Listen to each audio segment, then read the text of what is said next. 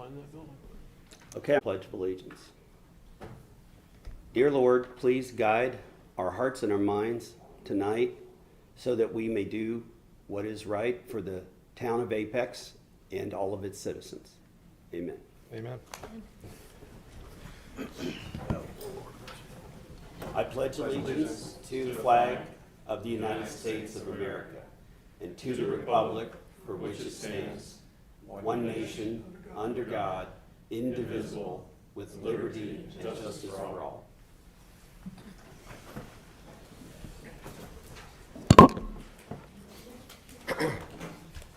So the first order of business is a open public comment. This is for items that are not on the agenda tonight. So if you're here to speak about an item that is on the agenda, we'll get to that in a little bit. This is a time that any member of the public wishing to comment can do that. Please sign in. And I think we now have books or sheets for each topic, right? Okay, good. The public comment period is an opportunity for the public to express concerns or opinions, but is not intended to be a question and answer session. During public comment, the public may comment on any non-public hearing item, including new business items that might appear later in the agenda. I don't think we have new business today. Oh, we do. We have a UDO amendments. Let's see. Okay, so there is one new business item. It's for a UDO amendment. So if you want us to talk about that, then you can talk now.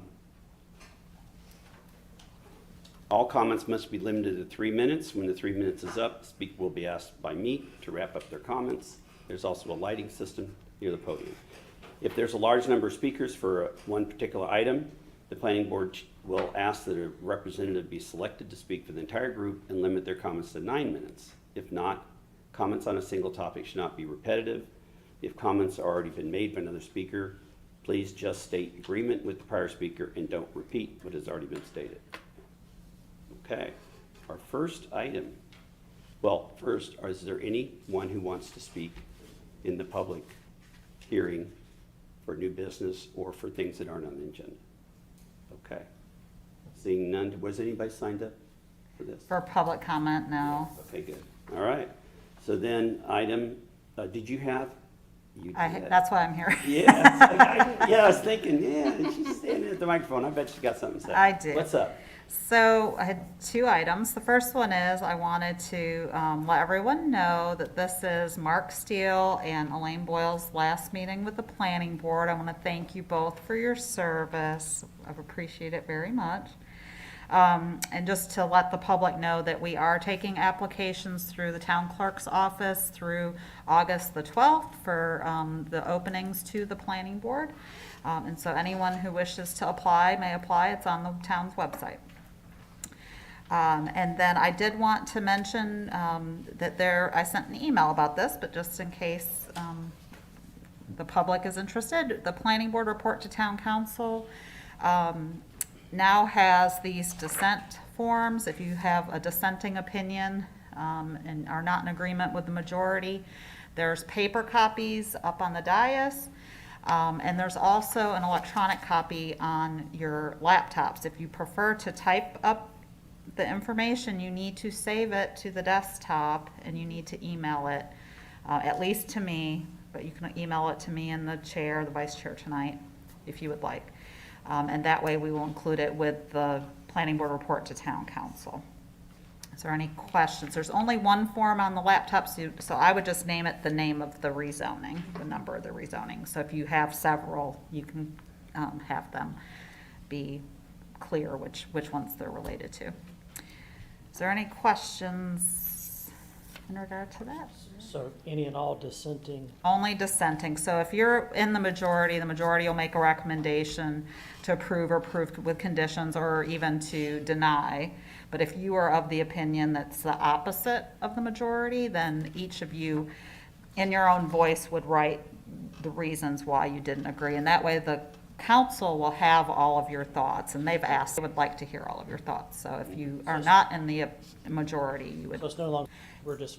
You can tell me for the benefit of the audience, but As we've seen, instead of being very short, we've gotten some really long comments, and so the council does want to hear those long comments, so maybe just a summary, these are my 4 items, 1-sentence summary. I will not be writing them down, I'll be saying see attached, and then these will be attached.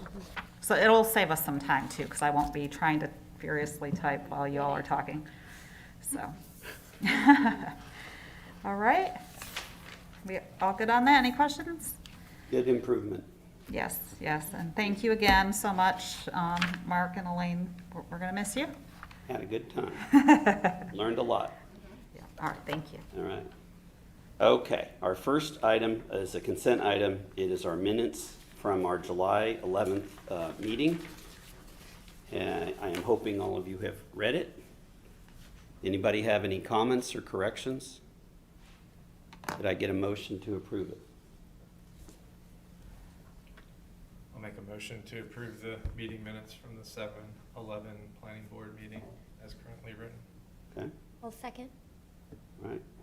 Thank you. All in favor, say aye. Aye. All opposed? Okay, passes unanimously. All right. So we are now in the public hearing portion of the meeting, and some of this is redundant, but I'll go through it quickly. Please sign in if you haven't already done that, and sign in for the topic that you're going to talk about. As we said before, comments should be limited to 3 minutes unless you're speaking for a group, in which case you could have up to 9 minutes. Please don't repeat what's already been stated, just say that you agree with the previous speaker. All right, item number 1, Russell. You're not usually the leadoff hitter. No, and I required lots of assistance from planning staff to get to this point, so I appreciate it. Tonight I bring you a public hearing and possible motion regarding potential adoption of the Town of Apex Vision Zero Action Plan. So maybe wondering, what is Vision Zero? For those of you who haven't heard about it before or don't know much about it, it's a multinational road traffic safety project. It aims to achieve a highway system with no fatalities or serious injuries involving road traffic users. It started in Sweden and was approved by their parliament back in 1997. As you can see from the map, which is kind of tiny here, but there are communities across the country that are known as Vision Zero communities, and of course the number of communities have expanded since this map was taken some years back. But Apex started its Vision Zero program back in 2020. So what I bring you tonight is the action plan. Vision Zero is different because, if you look at the traditional approach, it looks at traffic deaths as being inevitable. It expects perfect human behavior. It looks to prevent collisions and also looks at individual responsibility and considers saving lives to be an expensive effort. At least that's what Vision Zero, the original tenets, laid out. Vision Zero looks at traffic deaths as being preventable and integrates human failing in its approach. Looks to prevent fatal and severe crashes with a systems approach. And through that, we look at ways of saving lives that aren't necessarily expensive through small systematic improvements. The Vision Zero Action Plan is the town's roadmap to reaching zero traffic-related fatalities and severe injuries by 2035. It was informed by a lot of efforts through the establishment of a Vision Zero task force, which is comprised of staff members.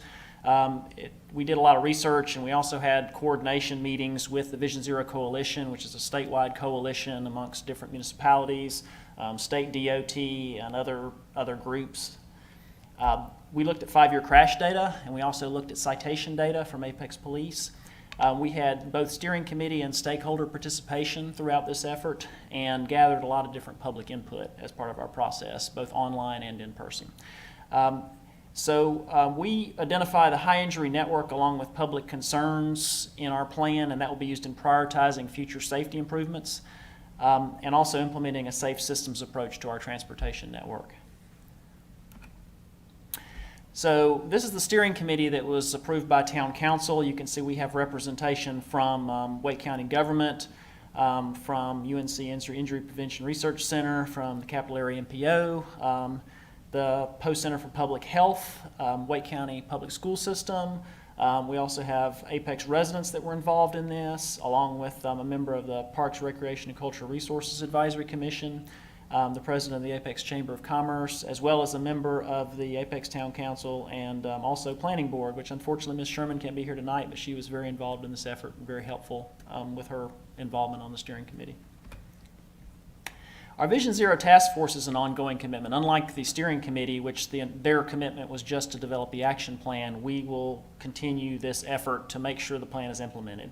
So from traffic, we have myself, Russell Dalton, Traffic Engineering Manager, along with Serge Grabinchikoff, the Traffic Engineer. From planning, we have 2 members of the task force, Shannon Cox, Long Range Planning Manager, as well as Jenna Schaus, our Senior Long Range Planner. From police, 2 members, Sergeant Kutcher, Traffic Safety Unit Supervisor, as well as Jennifer Conley, our Crime Analyst.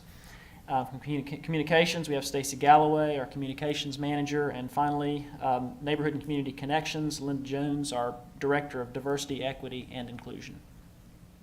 And we also employed a consultant later in the phase to actually prepare the action plan, who was involved in some of our meetings. So we wanted to provide a very nice, well put together professional document, and that was combined with the efforts from Ms. Galloway as far as our public outreach. So it was a nice way to cut down cost on the development of the plan, but also have a very nice finished product. So we started in September of 2021 with our kickoff. We met with our steering committee. Also in September, we did our data collection and analysis. Following that, next month, October, we did a plan and policy review to kind of figure out where the town was in terms of what our current ordinances are and what plans we have in place.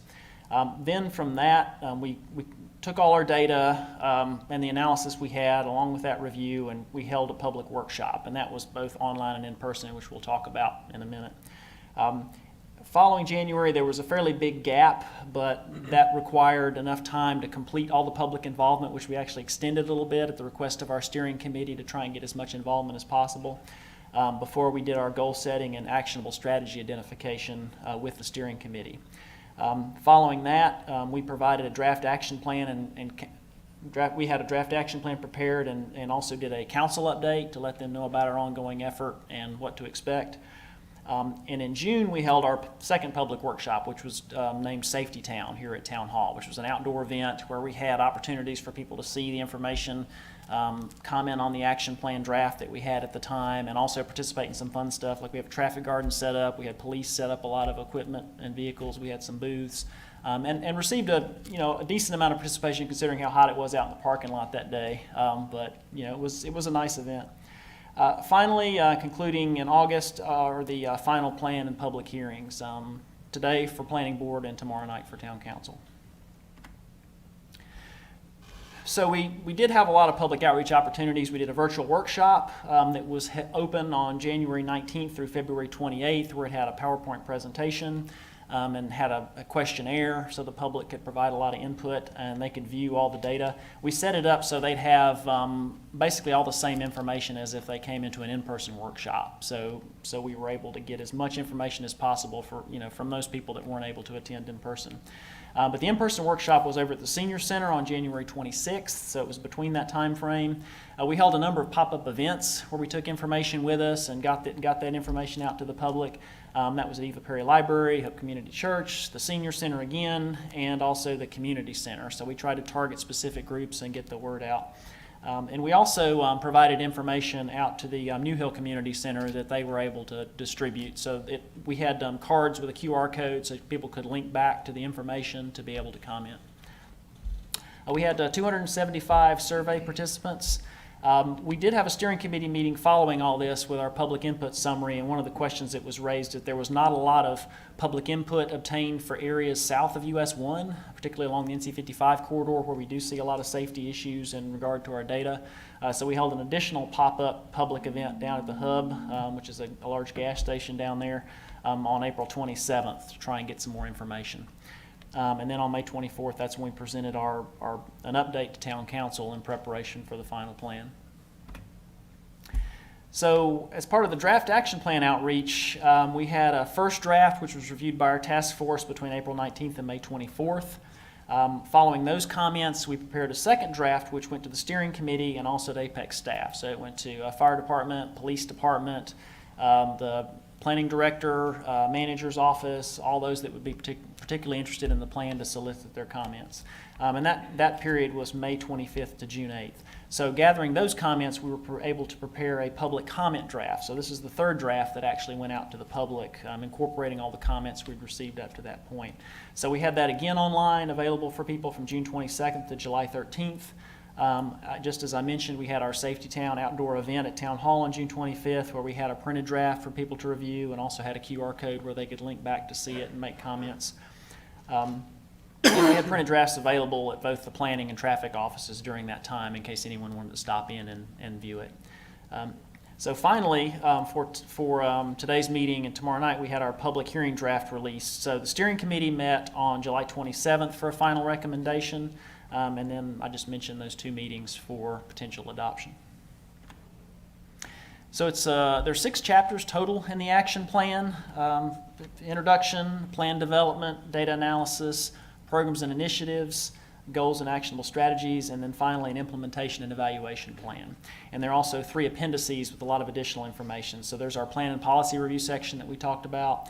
Also a summary of all our public input gathered, and there's a lot of great information in there from our public outreach efforts. And then finally, all our collision maps and data that were obtained. Chapters 1 through 4, in summary, define Vision Zero. They talk about our program development timeline. They go through both our data analysis and our public input summary with that analysis. They talk about our current programs and initiatives, and they introduce what's called the 5E approach. And the 5 E's are engineering, education, encouragement, enforcement, and evaluation, and that's the foundation for our program. We also have 4 goals that the steering committee helped to develop through our goal-setting exercise. So our goals are promote a culture of traffic safety that prioritizes equity and inclusion, address collisions through infrastructure investments, enhance town policies, processes, and evaluation to incorporate Vision Zero tenets, and finally, Goal 4, create and leverage partnerships to improve traffic safety and awareness. In Chapter 5, we highlight those goals, and we also identify actionable strategies, which is what we're going to be working on with the implementation of the action plan once adopted. There are 28 total actionable strategies. Those 28 are divided up under the different 5 E's, and they point back to the foundation of our program. So it identifies which of the 4 goals are met, a leading department, and a supporting department, and a time frame under each of those actionable strategies. So I'll go through the 28 actionable strategies as quickly as possible. I'll try not to read verbatim, but I'll touch on the highlights as we go through, and we can come back with questions if you'd like. But under engineering, review and refine the method for prioritizing bicycle and pedestrian needs. Number 2, develop and maintain a traffic safety performance management system to track collision data and system performance. Number 3, develop and maintain traffic engineering toolbox of countermeasures to address traffic safety. And number 4, conduct engineering studies and identify countermeasures that will address traffic safety on the high injury network. And also we want to use that to inform our capital improvement program. And engineering actually has more actionable strategies under that. There are 7 total. Number 5, develop a performance evaluation process for ranking traffic safety projects based on benefit or value to cost analysis. Prioritize the design and maintenance of pedestrian and bicycle facilities to comply with ADA, ensuring facilities are clear. Coordinate with school officials in Wake County Public School System to evaluate pedestrian and bicycle needs, provide pedestrian and bicycle routes, and address school transportation safety concerns to promote walking and biking to school. That targets the following 5 most relevant concerns identified through public input, and we talk about those, which are speeding and traffic calming, pedestrian and bike safety, distracted driver and behavior programs, safe routes to school, and young driver passenger safety. Actionable strategy number 2, create a safe traffic messaging information on buses and at or around bus stops. Number 3, create a safety education team that will engage in traffic safety outreach and education to community groups. Number 4, provide targeted outreach when adding new traffic signals, roundabouts, and pedestrian and bicycle facilities. And number 5, provide town employees with defensive driving classes and curriculum on an annual basis. Under encouragement, we have partner with schools for National Walk to School Day and other walking and biking events, make Vision Zero visible through town-sponsored and co-sponsored events and festivals, Develop Vision Zero marketing materials and disseminate through various medium. Number 4, keep town council members informed about the Vision Zero program with updates on traffic safety projects, program performance metrics, and outreach. And then 2 more under encouragement. Continue participation in the statewide Vision Zero programs through North Carolina Governor's Highway Safety Program and UNC Chapel Hill Highway Safety Research Center. And finally, number 6, under encouragement, participate in conferences that include traffic safety programs and look for opportunities to network with other organizations for knowledge sharing. Okay, and under enforcement, we have develop a reporting system of performance metrics on an annual basis to inform police enforcement activity. Number 2, target enforcement on the high injury network and target the most dangerous driving behavior. Number 3, continue to review and improve upon existing processes that protect against racial profiling. Number 4, research enforcement techniques and partner with other municipalities in the region to reduce high-risk driving behavior. And under evaluation, we have evaluate and update the townwide policy guidance and specs with the goal of promoting alternative modes of transportation. We have evaluate and update townwide policy guidance and specs with the goal of reducing crash severity within the public right-of-way and vehicular spaces. Number 3, develop a traffic safety report card and progress report on the actionable strategies on an annual basis for public information and to inform policy decisions. And then we'll update the crash statistics and performance metrics annually. And the last 3 under evaluation, continue to evaluate traffic enforcement and education techniques to adapt to changes in technology and road user behavior. Number 5, continue regular collaboration of the Vision Zero Task Force to check in on progress, issues, and ideas. And number 6, hire a traffic safety engineer to oversee implementation of the Vision Zero action plan, which we actually have gotten that position funded through this current fiscal year budget. So following up on those, that was 28, and that was a long list of actionable strategies, but you can see how comprehensive the program is, and we will be monitoring those individually as the program moves forward. So in Chapter 6, our final chapter, implementation and evaluation, it was important to identify and highlight our high injury network priorities. So those are both intersections and roadway segments. We do list example safety countermeasures with crash reduction factors. So as our program moves forward, those are important to identify as you're looking at a systems approach, which types of countermeasures could be spread throughout the town for relatively low cost and high benefit. Other potential improvements identified were our traffic signal system, including emergency preemption and connected vehicle technology, bicycle and pedestrian improvements, and transit improvements. And our Chapter 6 also recommends a transparent, regular, and performance-based evaluation process. So other than producing a nice glossy plan that we can show to the public and say how great Apex is, that we went through this effort, what else is it for us? Obviously, we're trying to eliminate serious injuries and fatalities on our roadways, but this also opens us up for grant funding opportunities. We are with adoption, we will be the only community in the Triangle that has a Vision Zero action plan. So that puts us ahead of the curve as far as that's concerned.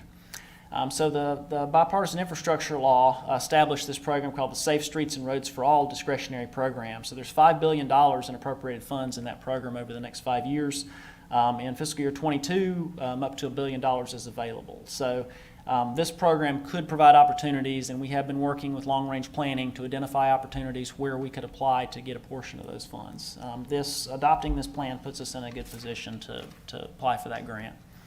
And also, finally, the Vision Zero Task Force will be the ones implementing, tracking, and reporting progress on the actionable strategies, including those annual updates to 5-year data analysis. So every year, we'll get a new 5-year group of data. And why you get 5 years is because you don't want to look just 1 year of crash data, because crashes can vary from year to year. It gets you a nice representative average. You also don't want to go too far back because things may have changed dramatically if you go too far back. So 5 years is typically what we would look at, but that'll move forward. That'll advance 1 year every year, and that happens the middle of the year each year, basically cuts off in June. So for the second half of the year, as we're prioritizing the CIP, we'll get new crash data, and we'll be able to check our metrics, and we'll be able to update everything. So at the final meeting of the steering committee, which was actually the 4th steering committee meeting on July 27th, they recommended approval of the action plan. And staff tonight requests a recommendation to town council to adopt the Vision Zero action plan. And with that, I'll open it up for any questions. And just to let you know, I did not receive any comments, and it was open for public comment for the hearings. Did not receive any email or phone comments that I'm aware of to this point. So, I have a question. okay. So I noticed, and I'm happy to see the annual update. Will it come as an update to the planning board as well as the town council? And that is a good point. When we say town council, yes, I think that would be disseminated to both. And the question is, would we want to give a presentation to both planning board and town council at that point? And that'd be fine as well. My recommendation is you would present to the planning board what you're going to present to town council, because I think it comes out in so many different decisions that we have to make. Right. Yeah, that's a good point. Yes. Russell, I do have a question. When you said it increases our grant funding opportunities, is that both on the state and the federal level, or is this primarily a federal grant fund ability, or could it be both? Right now, we're just looking at the federal grant program coming up in the application in September. It could help us in terms of state funding as well. One thing that's been really good through this process, and this goes back to the development of our Vision Zero program even before we started the action plan, because we started this in early 2020, our program itself, started looking at our crash data, assembled the task force, so there was a lot of lead time before we actually started the formal process to prepare the action plan. We got to understand a lot more about our transportation network and where our problems were and what public concerns were. So it was a nice opportunity to be able to, when somebody, and I'll use an example, when somebody sends an email, it may come to the town manager, it may come to the mayor and say, hey, we got a concern here and this is what we want. We've got lots and lots of data, lots of information to guide us to say, to know what we have pretty quickly, to establish a baseline and know if we need to go out and collect the additional information. And we may have a really quick answer just because of all the information we've collected. So it helps us not just in terms of prioritizing projects and establishing a safe system, but also responding to the public in a timely manner when they have concerns about a location. Given the 28 elements that are part of the action plan, do you, in the transportation group, knowing you guys are, I would say, pretty thin on the staffing level, do you have enough horsepower to implement something like this as you guys are currently staffed? Yes, so our task force, as you saw, it's across multiple departments, so that work effort is spread across those departments. We think we do, based on the fact that we have a new traffic safety engineer coming on probably early next year. So that's helped greatly. That was one of the recommendations in the plan, but fortunately we were able to get that recommendation out fairly early to get that funded. But it will take, it obviously takes effort from the other departments. We've got a pretty good process in place now for getting the crash data. Since we went through the first effort, it took a lot of time, but now it's not nearly as difficult to update, to get all 5 years to start from scratch versus updating 1 year and advancing it forward. It's a lot more efficient now than it used to be.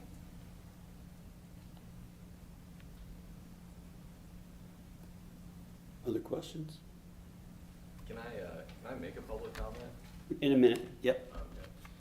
Okay. Any questions from the board? Anybody? Okay. Thank you, Russell. Thanks.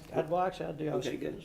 looking through on the different approaches. I was just curious, just when I think about what this plan is for, it kind of should be blind to anything except for just making sure that people are creating more, safe driving habits, safety around our roads and other things. I was just curious to what is the link, because I've seen this now twice in this document, between equity and inclusion and then anti-racial profiling. Just out of curiosity, is there what is the link between these two? And then there's an action item on, let's see, page 49, to continue to review and improve upon existing processes that protect against racial profiling. It just seems like it's out of place for this document. Just kind of curious. I would think that this would be blind to age, gender, religion, sex, creed, whatever. How is racial profiling included? I'm just curious how this is even included in this document. Well, it's it's one of the, it's obviously one of the factors we look at. You know, it's not gonna necessarily override another safety concern, but it's very important in terms of the federal money, in terms of their priorities as well. So we have to make sure that that's another consideration. Plus, I mean, we do have, you know, diversity, equity, and inclusion as part of our, you know, town priority now, obviously with the hiring of a new director for that. So we need to make sure it's included in our plans. And again, you know, that's not my, you know, field of expertise. So, but I will say that it was identified as a very important part of the plan through the process, through understanding, you know, the holistic approach to traffic safety. So you see where I'm coming from there. Correct, yeah, and as an engineer who's It's just like, looking at, Why yeah, does that matter at all? yeah, as an Why does engineer, that matter well, yeah, what as an at engineer all? like myself who's just looking at traffic safety numbers and fatalities and things like that, but I will just say that, you know, I'm not the best person to speak on that, but it's an important feature of the plan. It is important for moving forward with grant funding and identifying opportunities in the community to establish a, you know, a holistic plan. Sure. Okay, thank you. Yeah, thanks. Any other questions from the board? Okay, so now we can open the public hearing, and if you would like to make a comment, or then make sure you signed in and then come on up to the podium. Anyone else? Just me? Come on up. Make sure you state your name.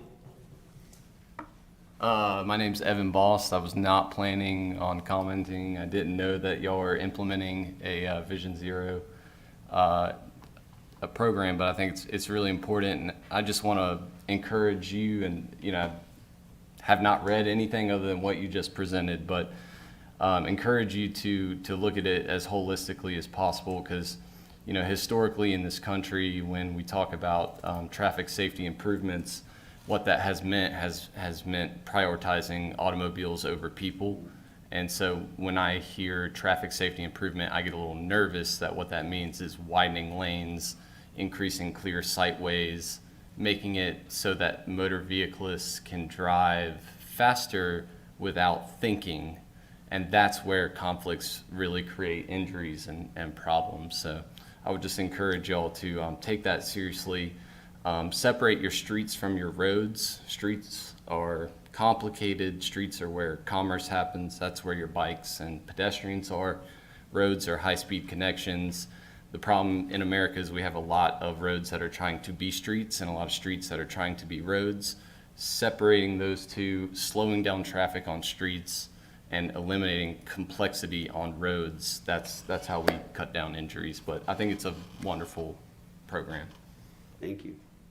Russell, is the document that we got that's part of the staff report, is that available now to the public? Yes. Okay. How would they find it on the website? It is links on Is it under planning, or is it under a different, there should be a Vision Zero link on the main page? Yeah, I think I saw it. Yeah. Okay. If you go to like under, and I think you can get to it other ways, but the easiest way is on the main page under, and I don't have the website off memory, but there's scroll across the top, there's maybe a community link or what's going on or something like that that's got Vision Zero tagged underneath that. Or just do a search for Vision Zero. Or you could do a search Yeah, for yeah. Vision Zero, yes. Okay, thank you.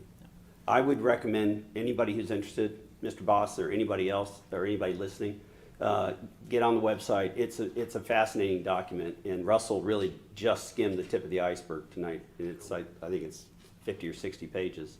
A lot of good detail in there that I think you would be interested in. Okay, so is there any other public comment? If not, I'm gonna, and you already said there were no emails, etc. So I'm gonna close the public comment, public hearing portion, and ask for additional questions or comments from the board or a motion to approve. And just to clarify, our duty tonight is to consider whether we would recommend approval by the town council. So we don't approve it, but we can recommend approval to the town council tomorrow night.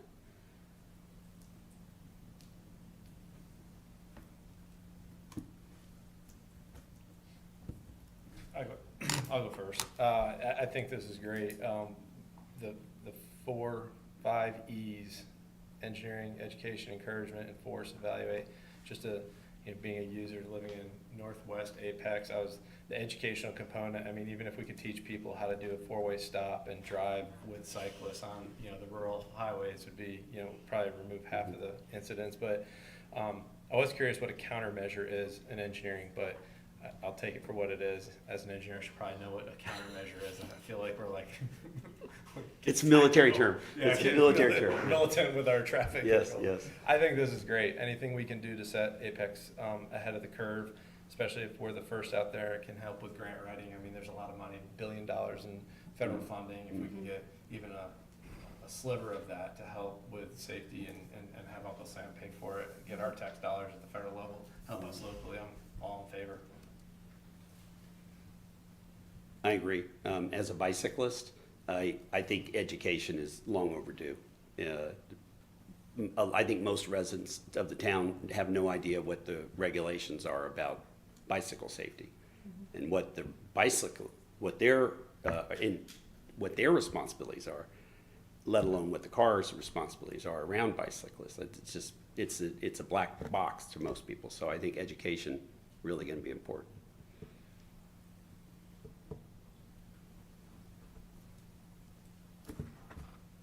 Okay. We're out of comments. How about a motion? Having heard no other fellow board members, I'll make a motion to the Town of Apex Council that they approve the Vision Zero action plan as currently drafted. A second. Okay. All right. No more questions or comments, then I will ask all in favor, say aye. Aye. All opposed, say nay. None? Okay, so it is, we recommending approval to the town council unanimously. Mr. Steele, we weren't able to hear who was the second. Steve? Thank you. Okay, all right. Item number 2 is rezoning case Adams property. Liz, you gonna be showing it to us? Good afternoon.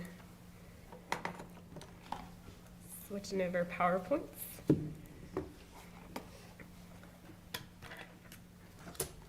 So this is the Adams property PUD, rezoning case 22 CZ08. The project is located in the western part of our jurisdiction.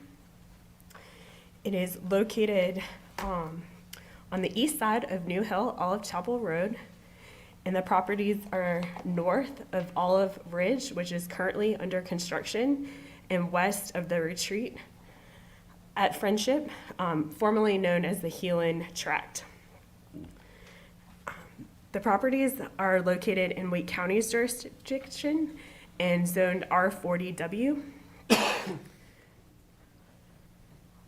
The applicant is proposing to rezone the properties to plan unit development conditional zoning. The 2045 land use map designates the properties as low-density residential, and the proposed rezoning is consistent with that land use designation. The site consists of 5 parcels totaling 23.92 acres. The properties contain 2 single-family homes, several accessory structures, 2 existing ponds, and 1 stream with a riparian buffer. The applicant conducted a neighborhood meeting on March 29th. A full list of the proposed uses are on page 2 of the staff report. The proposed residential uses are single-family and accessory apartment. The applicant is proposing a maximum density of 66 units or 2.8 units per acre. A full list of the proposed setbacks are listed on page 2 of the staff report. A full list of the zoning conditions can be found on page 3 of the staff report. I would like to point out the condition number 10, which addresses a neighbor concern. Construction traffic shall be prohibited from utilizing Twin Ponds Lane, and the developer may erect a barrier or barriers on the property to prevent access to Twin Ponds Lane. A table proposing the proposed buffers is on page 3 of the staff report. The applicant is proposing a 20-foot type B buffer along the north a 10-foot type B buffer along the south, a 20-foot type B buffer along the western boundary, a 100-foot type E buffer along this boundary, and then along the eastern boundary with the retreat at Friendship, a 30-foot average type B buffer with a 10-foot minimum is proposed. The RCA shall meet the requirements of the UDO. The town of Apex will provide town services to this project. A full list of the architectural conditions can be found on page 4 of the staff report and are generally consistent with what we see for residential. The maximum building height proposed is 45 feet or 3 stories. The proposed PUD is consistent with the Apex Transportation Plan and Bicycle Pedestrian Systems Plan. Connectivity to adjacent communities will be coordinated with existing or planned rights-of-way to the retreat at Friendship, which is future Phase 10, and to Olive Ridge to the south. Opportunities for future connection have been shown to the west at New Hope Farm Road and to the properties to the west. A TIA was performed as part of this PUD, and based upon the TIA and staff review, a condition has been added that the developer shall pay a fee in lieu in the amount of $25,000 towards the costs of design, right-of-way acquisition, and installation of future traffic signal at the intersection of Hume Olive Road, New Hill Olive Chapel, prior to platting 80% of the units. Sidewalks shall be provided on both sides of the street. The Bicycle and Pedestrian Systems Plan map shows a 10-foot side path along the eastern side of New Hill Olive Chapel Road. This project has approximately 30 linear feet of frontage and will not construct the side path along the frontage, and instead will make a payment in fee in lieu equal to $4,224 for the future installation of this side path. A letter of impact from Wake County School System was received for this rezoning and is included in the staff report. Wake County indicates that elementary, middle, and high school within the current assignment area for the rezoning are anticipated to have insufficient capacity for future students. School expansion or construction within the next 5 years may address concerns at the elementary and high school grade levels. The Environmental Advisory Board held a meeting with the applicant on February 17th. The zoning conditions suggested by the EAB are listed on pages 6 and 7 of the staff report, along with the applicant's response to each condition. The Parks and Rec Advisory Commission reviewed this project at their May 25th meeting. The commission made a recommendation for a fee in lieu of dedication with credit for construction of greenway if an opportunity is identified at the time of master subdivision plan review and approval. And at your seat, you will find a new staff recommendation since the staff report was published. Planning staff does recommend approval of the rezoning with the conditions as offered by the applicant. The proposed rezoning is reasonable and in the public interest from a land use perspective in that the density use architectural standards are consistent with those to the south and east. However, this rezoning does not offer a condition that addresses affordable housing in this development, which would further the goals of the Apex Affordable Housing Plan, which is why staff made the original recommendation.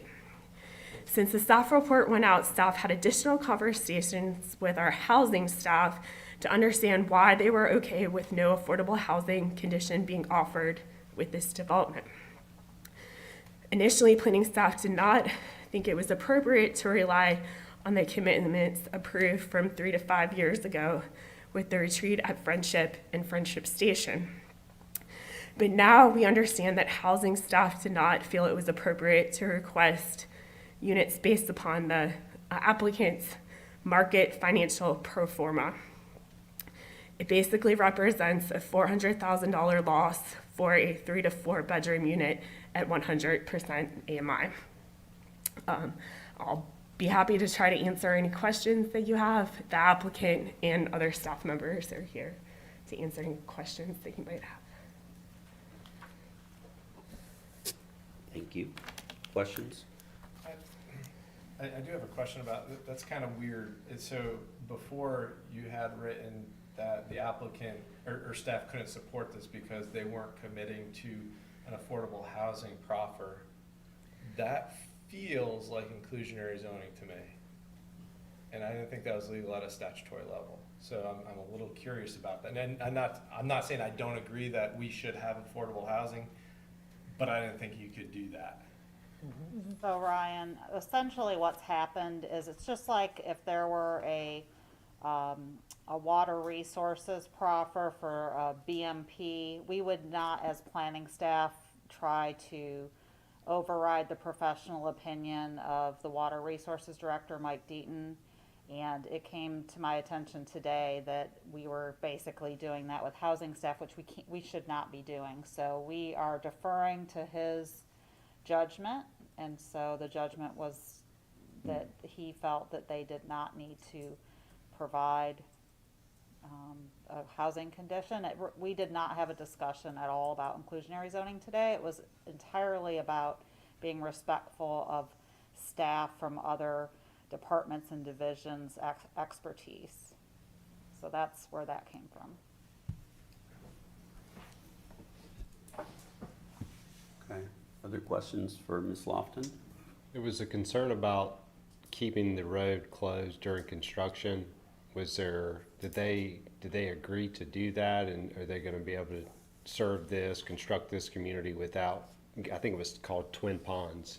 Yes, so I believe last week I met with Mr. Hoffman, who owns all 3 of these parcels, and relayed his concerns about people accessing Twin Ponds to the developer, and they added the zoning condition that a barrier can be erected here that would prevent anyone during construction from accessing this. And then the plan is phase 10, this will be an extension of the retreat with regard to construction entrance. So that would be coming through an existing neighborhood to the, I guess. Well, this is under, Olive Ridge is under construction, Okay. and then this will, if not, I think they have plan approval, am I correct, for, so this would start construction before this. Okay. Correct. There was some language about adding a traffic signal, or staff recommending a traffic signal in the report. Where would that be? That is at the intersection of New Hill. That's like north of this map, right? What you have shown us. So it's at the intersection of New Hill, Olive Chapel Road, and Hume Olive. So Yep. Okay.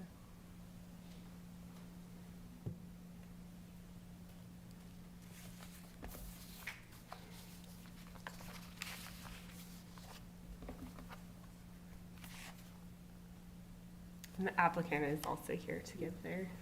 Any other questions for Ms. Lofton? Okay, thank you. All right, does the applicant wish to speak?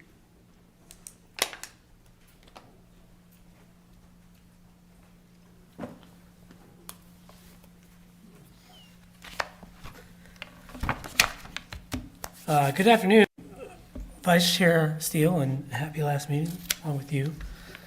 And members of the planning board, I am Neil Ghosh with the Morningstar Law Group at 700 West Main Street in Durham, and I'm representing MI Homes for this rezoning. We also have a few members of our team present as well.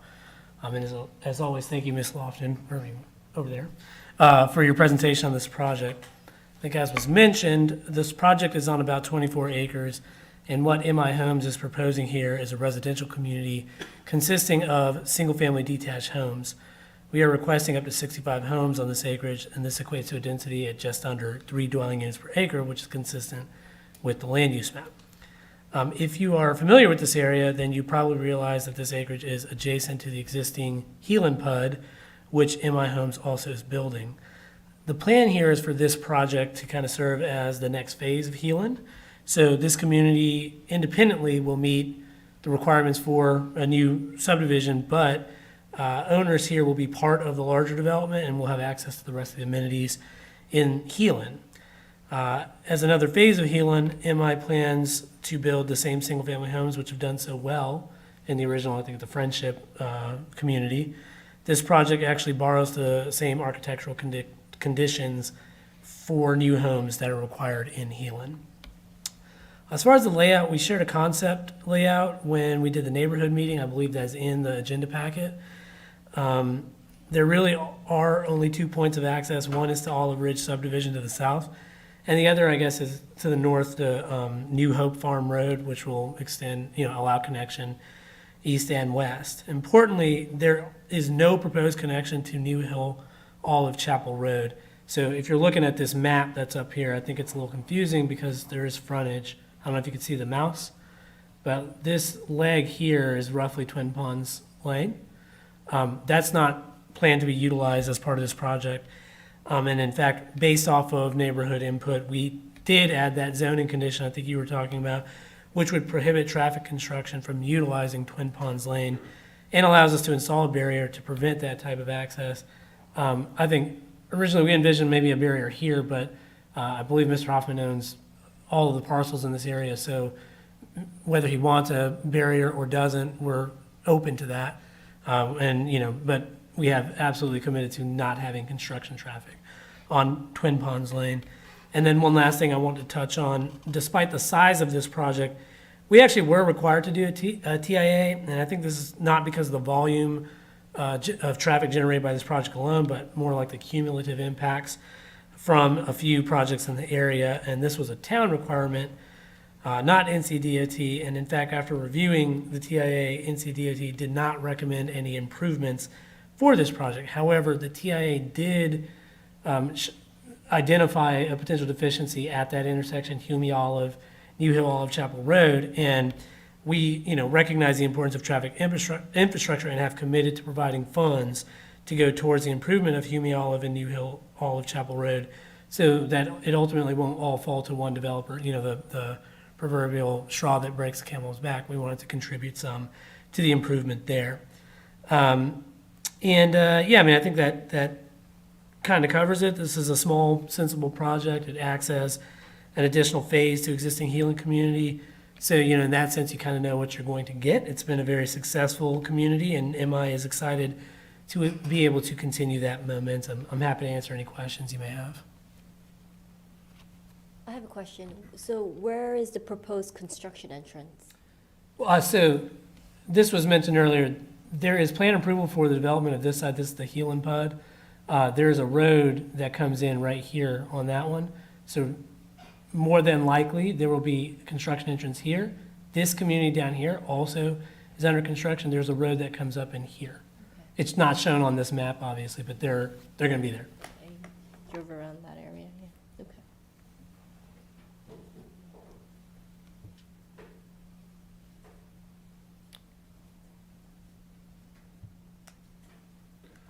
I have two questions. On the EAV suggestions, you didn't add replacing the trees greater than 18 inches in diameter that'll cut down. What's the driving force behind not replacing the trees? Yeah, so, and I'll let staff talk to this as well, but there is a similar requirement already in the town's UDO. This one goes a little bit further. The issue with this is having to actually identify all of those trees up front. It wasn't any kind of philosophical difference. It is a practical difficulty in identifying every tree that is 18 inches or above. We're already required to identify certain caliber trees per the UDO, which we're doing. Okay. And the second one is, you decided not to add the 220 outlets in the garages? So there was an interesting discussion about that as well. Planning staff at that meeting, or maybe it wasn't planning, whatever staff is there, basically said if the commitment is to provide a 220 outlet inside the garage, it's not an enforceable commitment. It's similar to saying that there will be granite countertops. It's not something which is enforceable from a planning standpoint. So the condition that was suggested was that those outlets be on the exterior of the garage, which makes no sense. So this is something that MI is open to doing, but the commitment that was suggested was that those charging ports be on the outside of the garage. And I think that was probably so that it could be enforceable as a zoning condition, but that is not something they're going to commit to. That is also not something that anybody wants. Okay.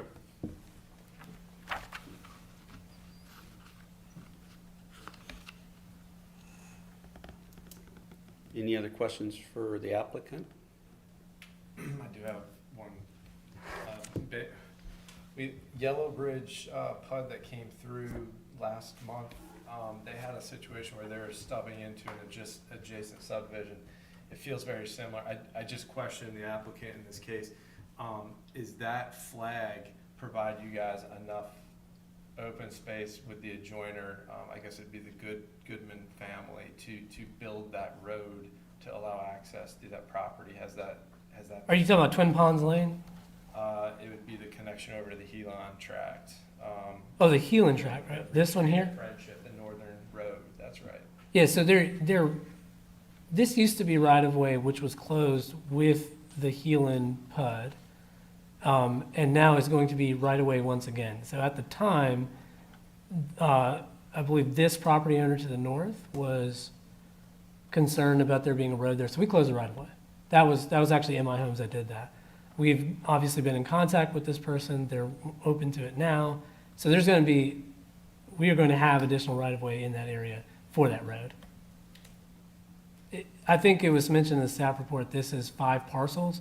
2 of them are right-of-way, which previously was closed.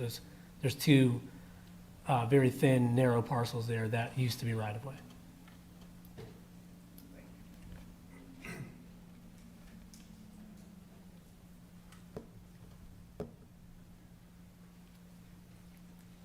All right, thank you. Thank you. All right. If no more questions for the applicant, then I'm going to open the public hearing for this matter. If you want to speak and you're in the audience, make sure you have signed in and then come to the microphone. Ms. Lofton, did we have any emails or other public input? No, I've only had correspondence with Mr. Hoffman on this project. Okay, thank you. Okay, I don't see any public comment, so I'm going to close the public hearing and time for either discussion or motions and voting.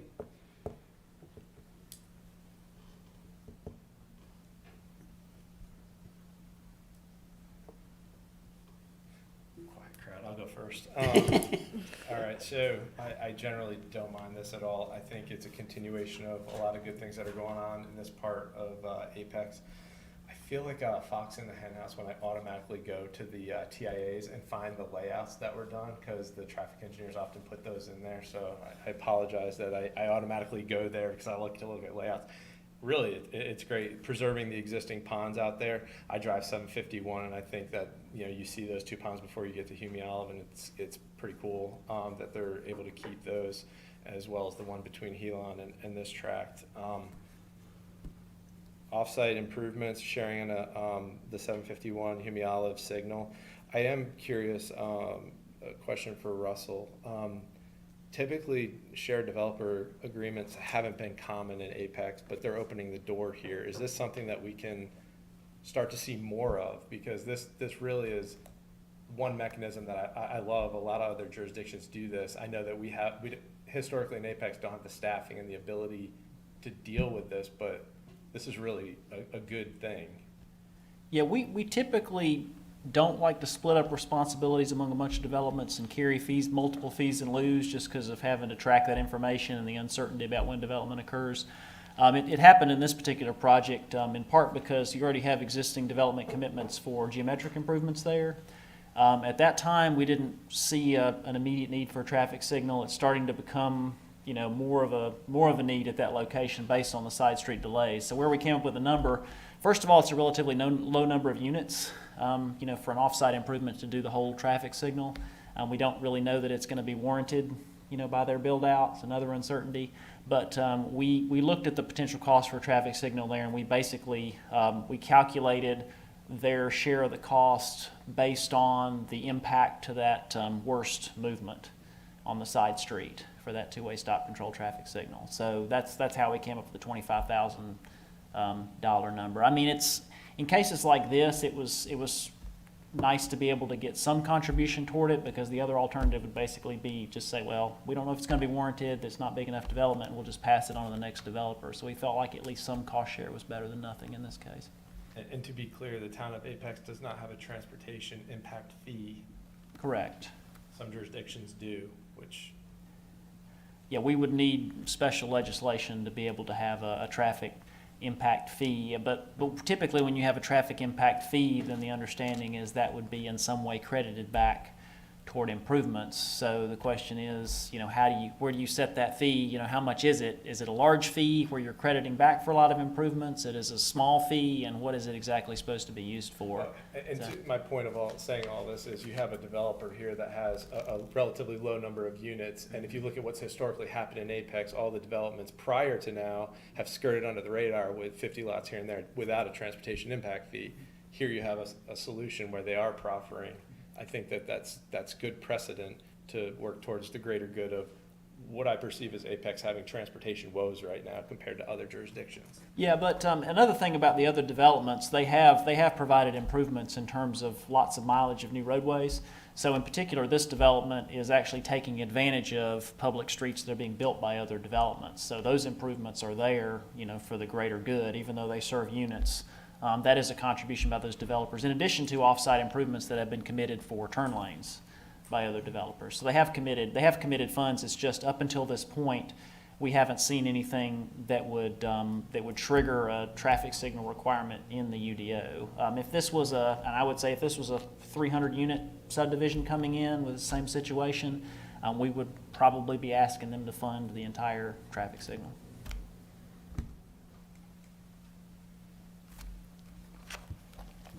Okay, thanks.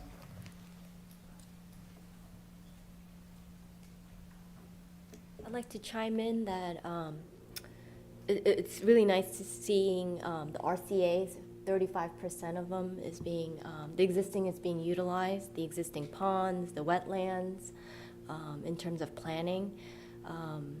It was good to read that there will be sidewalks on both sides. And then the entrances are basically a continuation of what's existing or planned out to be existing. It's connections on both the east side and the south side. In terms of scale and context, it seems more natural to have single detached homes in this area. And the fact that they were considering traffic and studies about it, I think it moves us forward. Regards to the Vision Zero, right?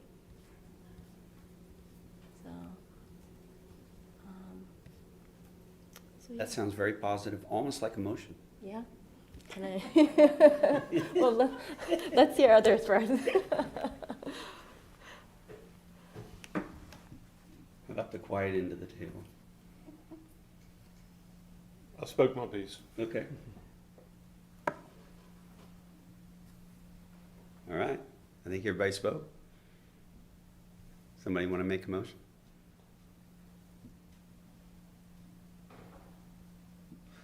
I'll make Okay. the motion. Yeah, you're motioned out. Okay, go ahead, Ryan. We gotta keep this moving here. Go for it. All right, I will make a motion to approve 22CZ08 Adams Property PUD as staff has currently presented and as the staff report recommends. And I will second. Thank you, Sarah. We're the two loudest ones today. That's good. All right. So all in favor say aye. Aye. All opposed say nay. None. Passes unanimously. All right. Thank you. Okay. Item number 3 has been continued still? Yes? Okay, good. So if you had an agenda, or if you came or listening at home wanting to hear item number 3, that's been continued to the September 12th meeting. And, correct? Or are you going to tell us that? Nope, I'm just gonna put it up on the screen for everybody Go and for set it up for the next. All right, there you go. Okay. Mr. Steele, you need to take a vote on that. Oh, we The do? board does need to vote on Oh, thank you for the reminder. I forgot. Okay. So I'll make the motion. I move that we continue this item until the September 12th meeting. Do I have a second? I'll second it. Thank you. All in favor? Aye. All opposed? None opposed. Okay, thank you for that reminder. We should have a little secret lighting system, you know? Who was the second on that? Tim, Yeah. All right.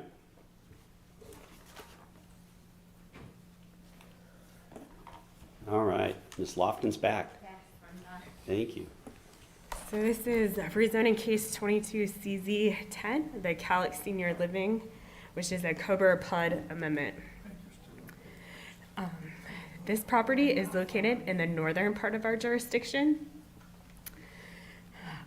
The property is on the south side of Jinx Road, adjacent to 540, and is currently vacant. As you may recall, the Cobra PUD was originally approved in 2020 and designated the southern tract as non-residential. The PUD amendment is to allow a congregate care living facility on this tract. The UDO defines a congregate care living facility as a facility that provides for care more than 24 hours and provides services. So it's kind of an independent, it's between an independent apartment and a nursing home facility. It's kind of in between the two. If this PUD amendment is approved, the property will stay plan unit conditional zoning, density residential, office employment, and commercial services. The proposed PUD is consistent with that classification. The subject parcel is currently vacant.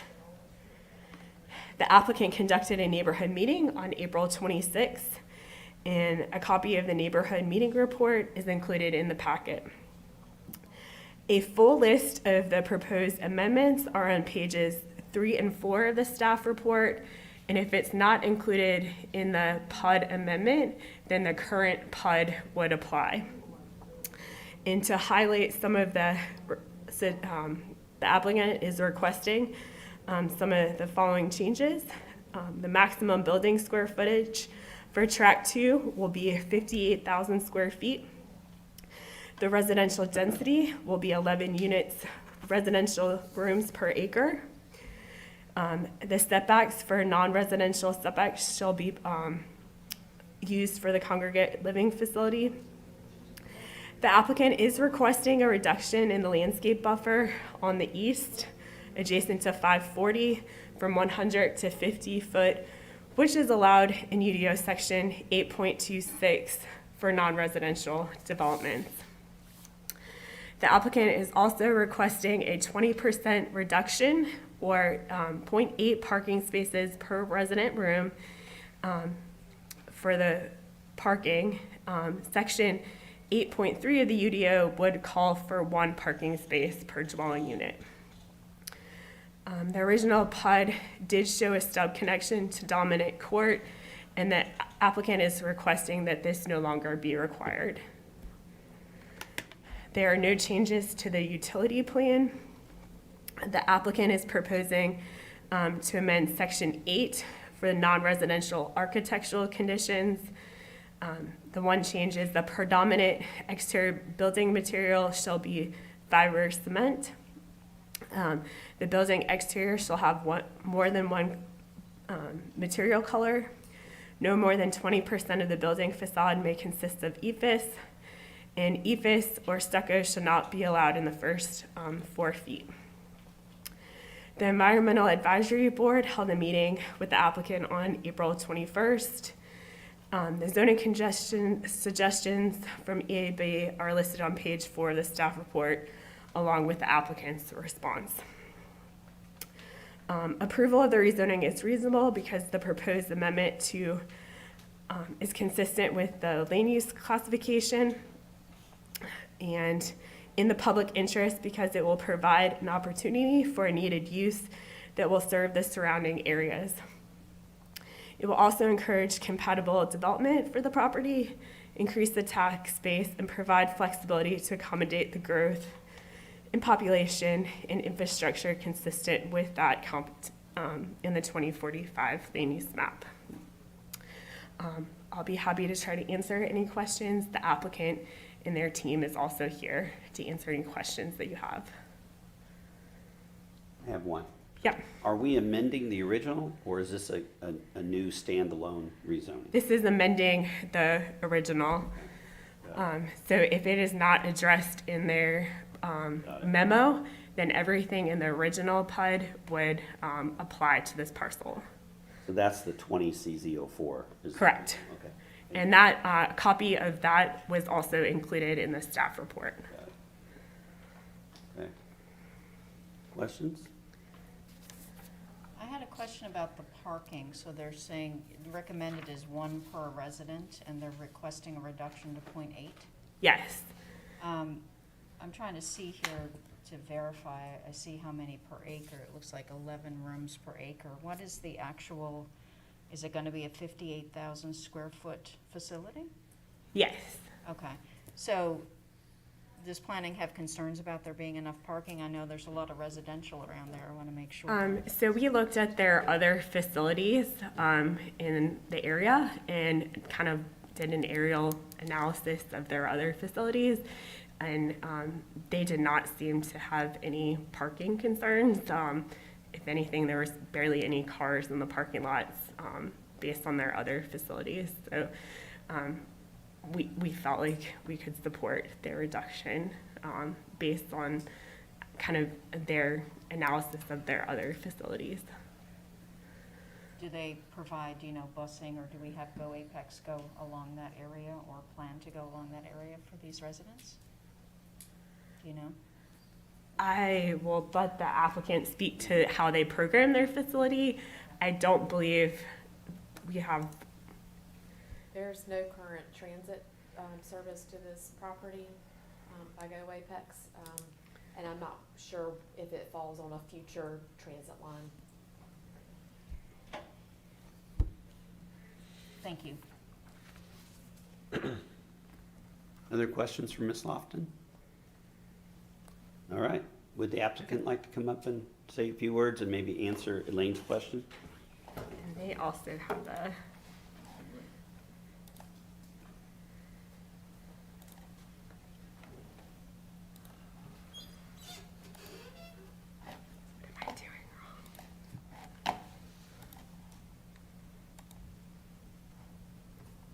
What am I doing wrong? What am I doing wrong, Lori? Oh. And then do view, slideshow.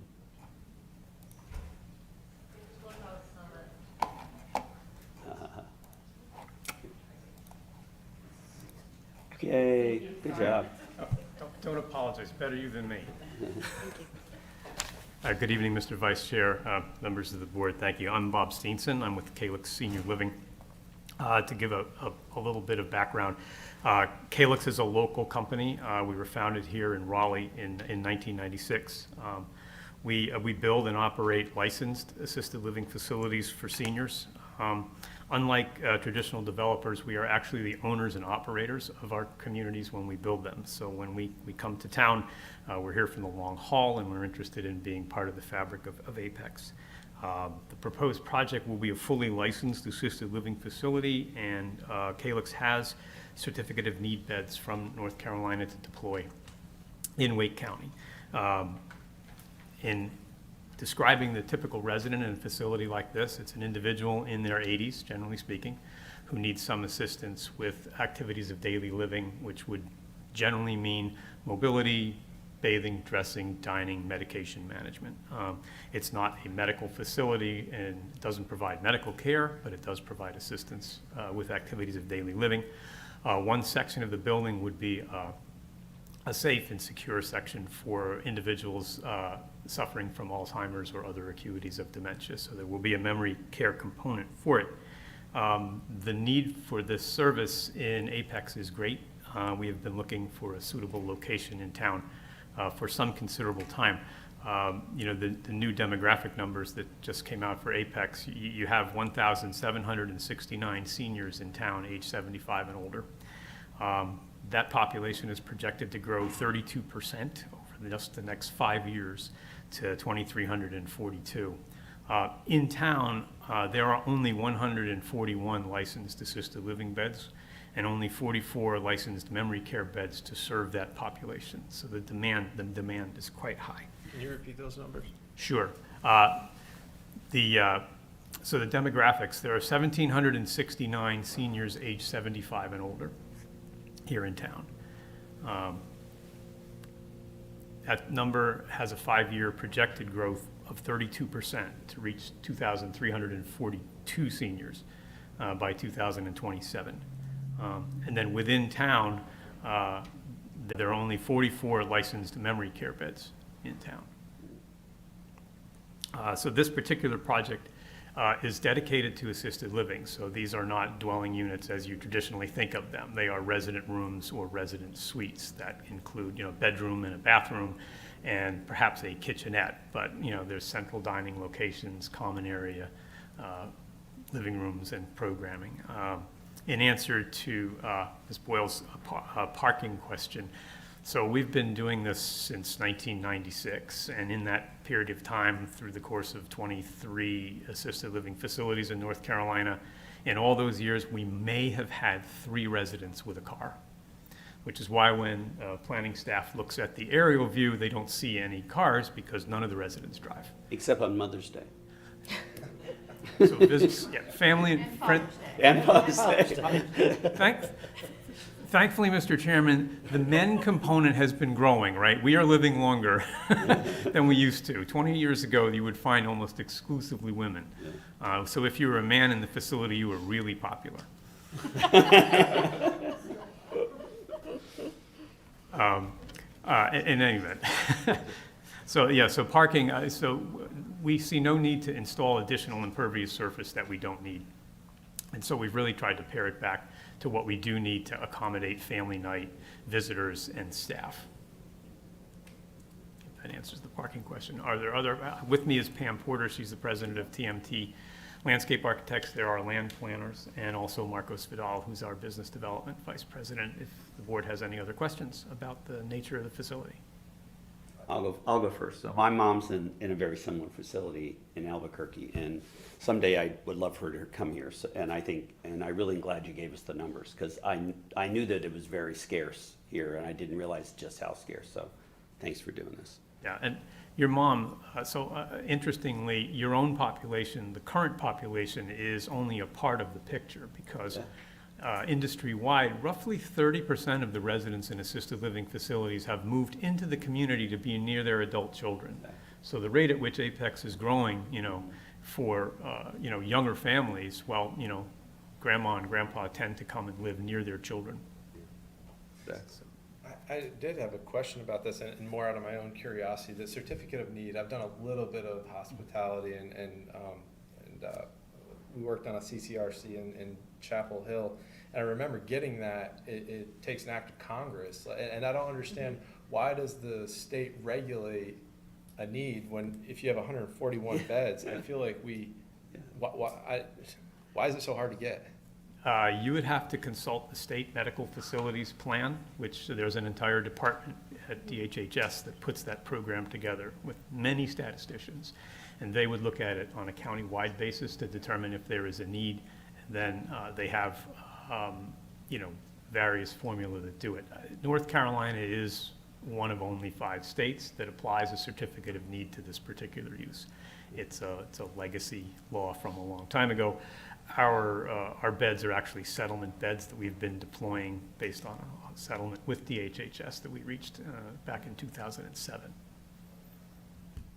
But that's a great question, but this is the wrong forum. Right, my congressman. Yeah. And you're a state senator. Did that answer your question? Okay. All right, any other questions? Why reduce the buffer from 100 to 50 feet? We need the space to accommodate the facility. The land is along 540. It's at a significantly different elevation than the roadway. And absolutely none of the building or anyone's resident room would fall within the 100 feet. We need it for the parking and some of the infrastructure. Now, I've got a question. I guess I don't understand this for, Diane or whatnot. So they're asking for rezoning, but they're not asking to come into the town. So it says they're in the ETJ, so they're not in the town of Apex, so they're not asking for annexation, but they're asking for a rezoning. So they would not be able to get public water and sewer until they annex in the typical order of things for your properties in the ETJ is they get their rezoning, they get a site plan approved, they submit their annexation petition along with their construction plan set. They cannot get their construction plan signed until they annex. Okay. So you're used to seeing things in the county just because we Right. have a lot of projects in the county versus ETJ, but that's why you're not seeing an annexation petition yet, because they only need to do that to get town water and sewer. And with our soils, there's virtually no way Right. that projects can Okay. function without annexing. I just know a lot of times we see them back to back. We see both. Well, you don't see the annexation, but council would. Yeah. Okay. Yeah. Okay. Annexations only go to council. Okay. I understand. Thank you. Yep, thanks.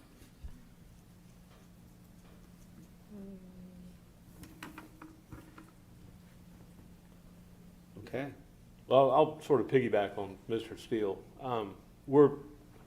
My family's very fortunate. My 90-year-old father lives right beside us and is able to take care of himself. But I can remember the days that we had to travel hours to go see my grandparents in assisted living centers. So I agree with Mr. Steele that anything we can do to bring families closer to their children that are not able to stay with their children, the better off we all are as a community.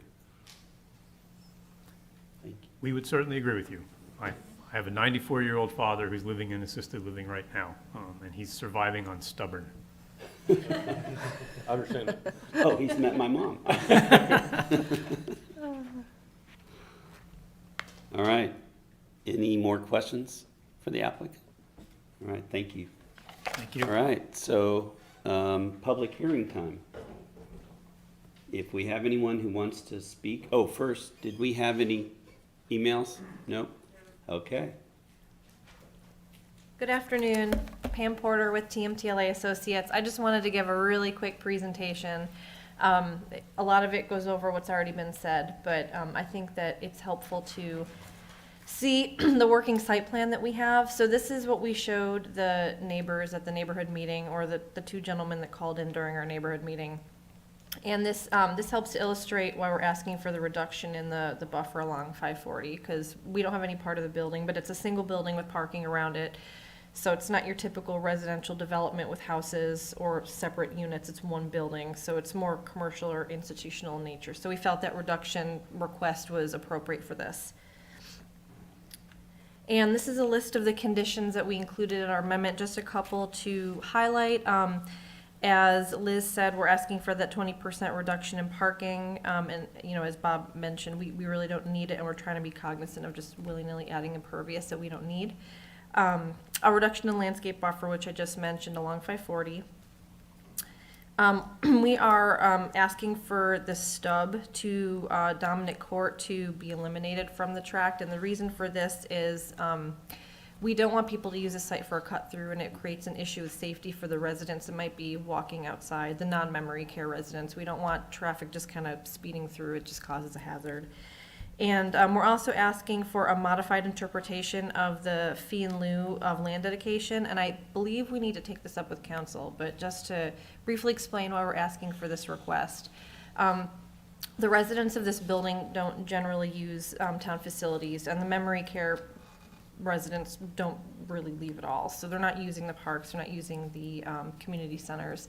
So we felt that the reduction was a reasonable request. Whether we'll get it or not, we're not sure, but that's what that's for, is we're trying to be cognizant of the users of these facilities, noting that this, yes, it's residential, but it's not like the neighborhood across the street that's townhomes. Those folks will use the trails and they'll use the parks.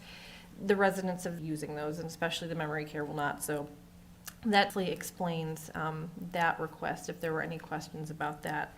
And as the staff report said, that the rezoning is reasonable because it will provide a needed use to serve Apex and the surrounding areas. And a big thing that we tell people is this allows people to age in place. In addition to having folks move here to be closer to their family, people that are already in Apex will they'll be able to stay here. They won't have to move out of town to have assisted living as their future residents. They can stay here and age in place and be close to their family and friends.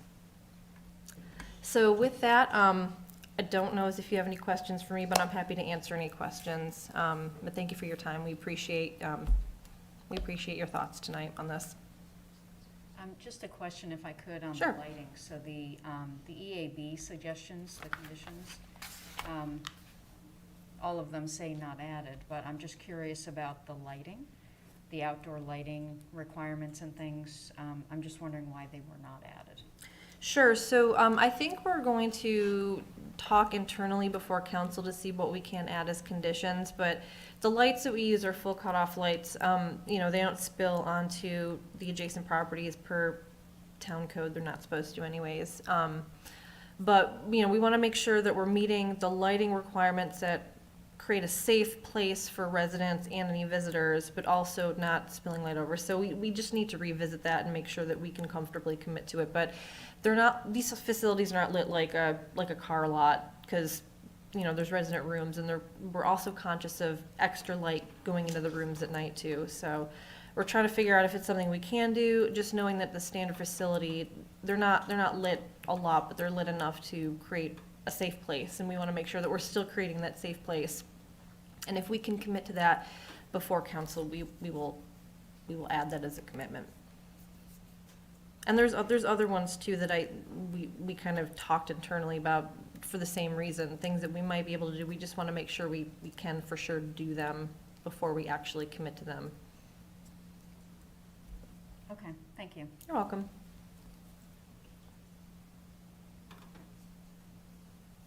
Anything else? No, All thank right. you. Thank you for your time. Appreciate it. Okay, so now, public hearing for this matter. No emails. Anybody here tonight want to speak on this item? Come on up. I don't see any movement, so I'm going to say that's the end of the public hearing. So it's up to us. Any other further discussion, comments, or a motion and voting?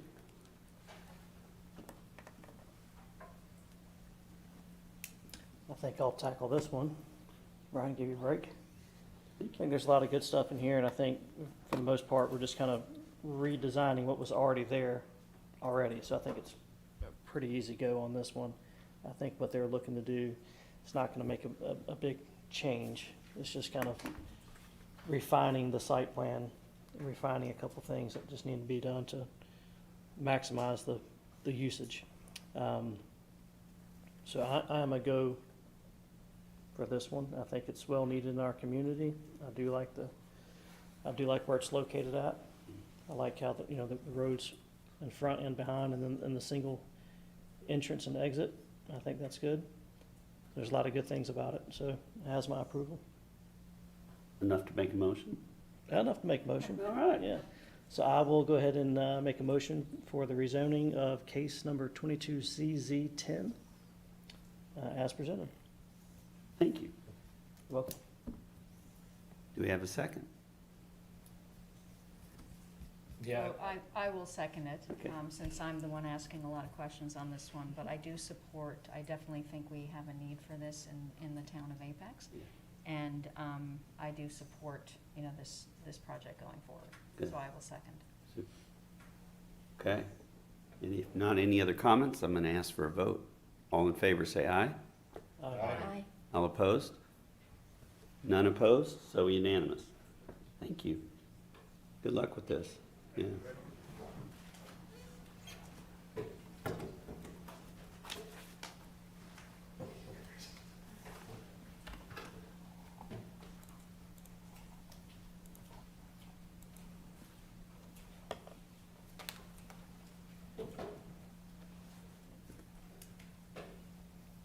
Are you ready?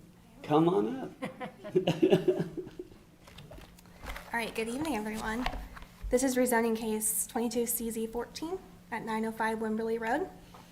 The property is currently located outside of our ETJ in Wake County, so it will need to be annexed at the time of rezoning. The subject property is a total of 7.21 acres located on the east side of Wimberley Road and on the west of American Tobacco Trail. The property is vacant and heavily wooded.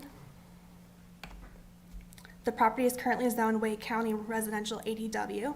The adjacent zonings to the north, east and south are also Wake County Residential ADW, and to the west is Plan Unit Development Conditional Zoning. The applicant is proposing to rezone the properties to residential agricultural conditional zoning.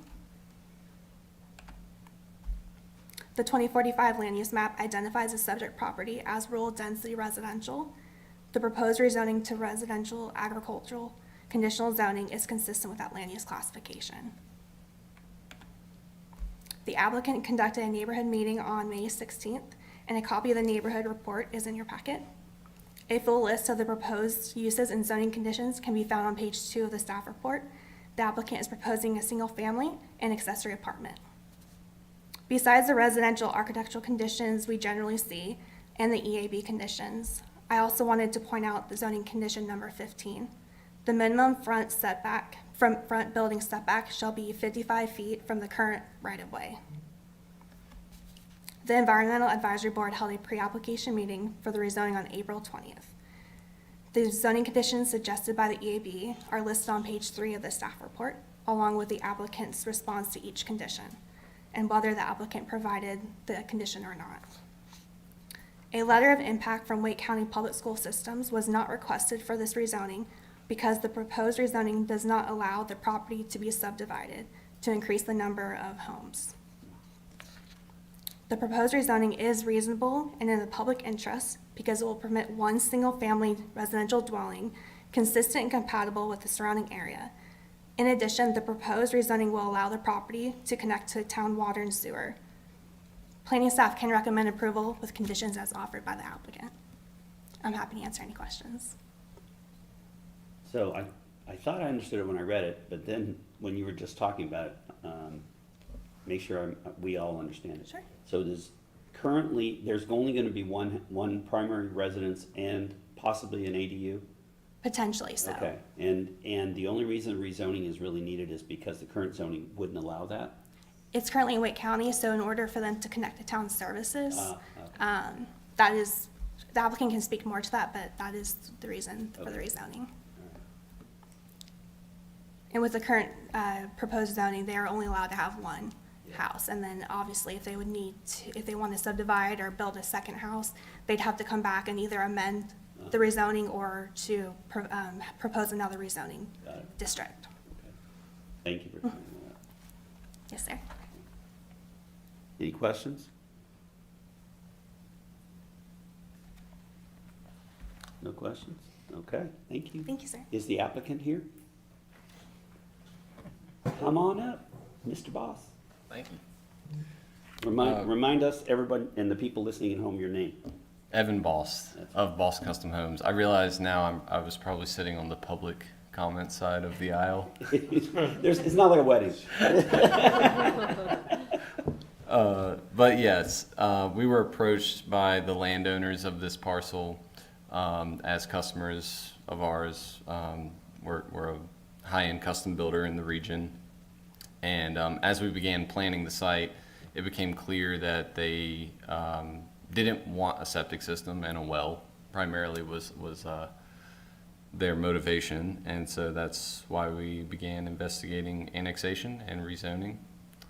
The accessory apartment, there's no plan for that. There's no plan for that. So right now it's just the home.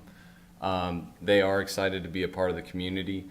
They're excited about the proposed improvements to Wimberley Road, and that's why they were happy to include the condition for a extended right-of-way, knowing that, that they're basically welcoming that widening. They're excited about the bike paths being added to Wimberley Road. So, yeah. Any other questions? I do have a question about that. So the condition is to dedicate the right of way, but your client or the landowner is not proposing to build the bike lanes, surely. No, Right. no, no. They're just the transportation staff didn't want there to be any risk of us building something that would conflict with the future right-of-way acquisition if and when that street improvement project came to fruition. So right now, the right-of-way is 30 feet, or the setback is 30 feet from the existing right-of-way. They're gonna go ahead and say, we won't build anything closer than 55 feet from the existing right-of-way, meaning that if and when y'all do decide to make that improvement to Wimberley Road, there won't be a structure in your way. How did that 55 feet number come about? Is that an absolute number, minimum number? The current right-of-way is 60 feet from center, 30 and 30. Yeah. The proposed is 110, 55 and 55. So it's just adding 25 to the existing. So is the ultimate right of way on Wimberley Road 110? Is that right? It's proposed. It's certainly not that way today, but I think that's a long-term plan from what I understand. That's correct. I guess what I'd like to see is not a setback, but if, Buffer, you mean? I'll get into it in a minute, but I'd like for the applicant to actually dedicate the full right-of-way, not that they're building anything, they're dedicating the right-of-way, so at some point in the future, when DOT or somebody were to improve this road, they don't have to go after the current owner for additional right-of-way. It already have been dedicated as part of the zoning proffer. Is that a reasonable statement? I guess I'll ask Lauren. It wasn't requested by staff to actually dedicate that right-of-way at this time.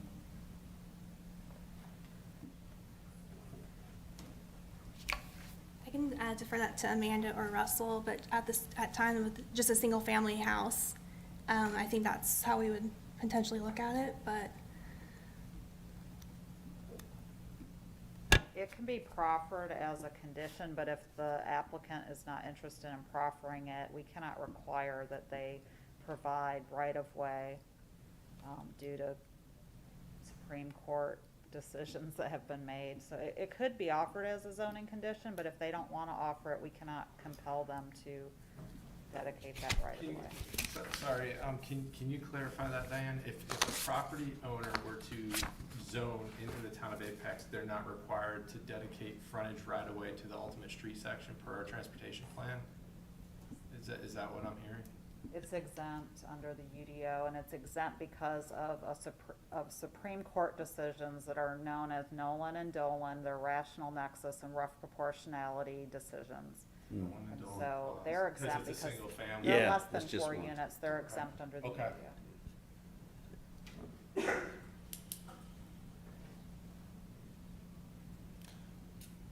And a counter question to that, I mean, would there be a acquisition payment for that additional right-of-way to the landowner?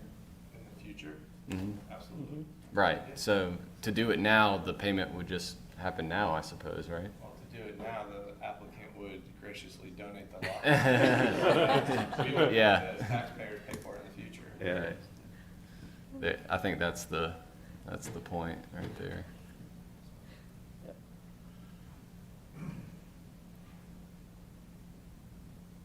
Okay, any more questions? All right, thank you, Mr. Boss. Thank you. All right, are there any public, no emails? Anybody sign in? Okay. He was an applicant. Okay, all right. If there's no other comments from the public, then I'll close the public hearing, and now it's up to the board.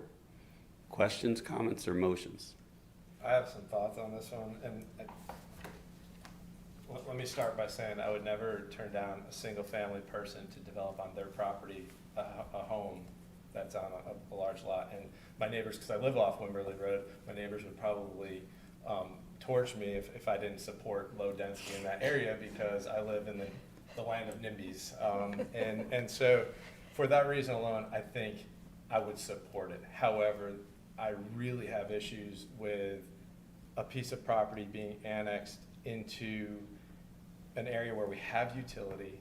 You're not getting the highest and best use of the property. It's only gonna transact once, because once it's zoned and it's developed, it's done. You got one shot. This case, probably not, because it's a single family. We see, 3 to 5 acre tracts flip. But you're not getting the highest and best use if you're zoning into the town of Apex. And in this area particularly, houses are flipping for over $1 million pretty commonly.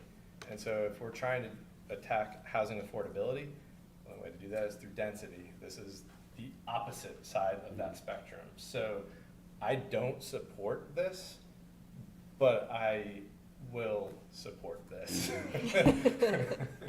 As a profession, I don't support this, but as a resident in this area of Apex, I know that a lot of the folks would. And I do want to see if the applicant could proffer to dedicate the right-of-way. It's not a huge ask, and it will at some point help DOT to improve Wimberley and get the bike lane on the other side of the road so that we don't have a 100-person Peloton stop us from Jenks Road all the way up to Green Level. So. Which happens every Sunday. Yes, it does.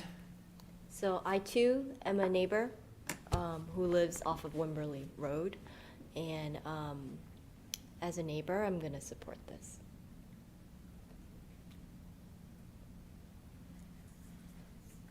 Any comment? Okay, comments? Okay, all right. How about a motion? I can make a motion. Okay, go ahead, sir. I would like to make a motion to rezone 22 CZ 14 905 Wimberley Road. Yeah, let's go for it. I'll second it. I'll second that motion. All right, all in favor say aye. Aye. Aye. All opposed? There are none opposed, so it's unanimous. Thank you. Okay.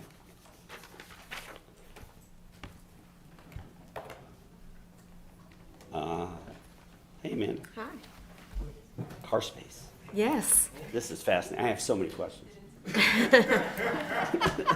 Okay. So this is a little bit of a unique rezoning, as we'll see when we get into it. So this is 22 CZ15 Car Space Apex. The property is located in the eastern part of our jurisdiction, just north of Classic Road off of Pinnacle Center Drive. And that's just south of US 1. As you can see, the properties are undeveloped. The two together total just under 7 acres. And are currently zoned Tech Flux conditional zoning. They were rezoned at the same time as this small non-residential subdivision here. But the predominant zoning in the area is light industrial conditional zoning, which is the zoning that is proposed for these two lots. The 2045 land use map designates the parcels as industrial employment, and the proposed zoning district is consistent with that classification. So just to point out, the property is bisected by a Duke Energy easement. It's about 135 feet in width. And there are streams on both the western and eastern property lines that are buffered streams. So really at the entrance, there is a small SCM which handled stormwater basically for the road into the development. So the primary developable area for the lot is in the back. The applicant conducted a neighborhood meeting on May 16th, and you have that report. The applicant basically took the list of uses that were already approved for the parcel and have a similar list. I think there were a handful that may have come out, but for the most part, it's very similar. They also brought over the same architectural standards that were existing on the property. The primary reason is the interest in developing somewhat of a unique use at Apex that really didn't necessarily fit well into a UDO amendment or easily. And so what we found was the best solution was to take our self-service storage facility and modify the supplemental standards, which you see the whole list of standards, some of which are modified in condition number 7, to allow for units that allow for people to store their cars, typically that are very nice cars, and also have some office space and some just space to just hang out in these units. They can be converted into condos, if the owner so chooses. And there will also be a co-working office component, clubhouse kind of part to this use. So it's definitely for car enthusiasts. And the first one that would exist in Apex. There are other similar facilities in the greater Triangle area. So for the supplemental standards, the changes made were to ensure that this type of facility could exist, and it increased, for instance, it increased the maximum size of a storage bay from 900 square feet to 4,000 square feet. It does allow for individual units to be used for addressing purposes. It has increased the height from a maximum of 24 feet for this use to 48 feet, while allowing, applicant is requesting that an additional 5 feet be allowed for stair structures for roof access, and that's to accommodate their proposed building design. And there's a removal for the requirement for this use to have perimeter buildings to be 2 stories, not at least, but just 2 stories. And so there's that condition or supplemental standard for the UDO is proposed to be removed. And the architectural standards that are in the UDO for this use essentially have been replaced by the architectural standards of the other zoning conditions that are offered in conditions 1 through 6. In addition to the modifications for the supplemental standards for self-service storage facility, the applicant has added 7 zoning conditions as requested by the Environmental Advisory Board. And staff is recommending approval of this rezoning with the conditions as offered by the applicant. The proposed rezoning is consistent with the land use map, and approval of the rezoning is reasonable and in the public interest in that it provides flexibility for the use self-service storage facility that will allow the establishment of a use that is unique within Apex and that is also compatible with the surrounding uses and those anticipated on nearby vacant parcels. In addition, several recommended conditions from the Environmental Advisory Board have been added that will mitigate the environmental impact of proposed development beyond what would be anticipated with development under the current zoning. I'm happy to answer any questions that you may have. Questions for Amanda? No emails, no phone calls. Oh, my goodness. Okay. So. All righty. Okay. Does the applicant want to come tell us and show us pretty pictures of the cars that we're going to get to go see over here? Oh, but while he's walking up, who here is a car person? Okay, see. Okay, I love you guys. We've been asked to steer away a little bit from the pretty pictures. Oh. But we might be able to show you something, but I don't have anything fun in the parking lot tonight, I'm sorry. that's all right. So as kind of Amanda alluded to, Chris Rakowski with TMTA Associates, I'm the applicant. We've got Jonathan Fifield from CarSpace co-founder. and Chris Harrell as well.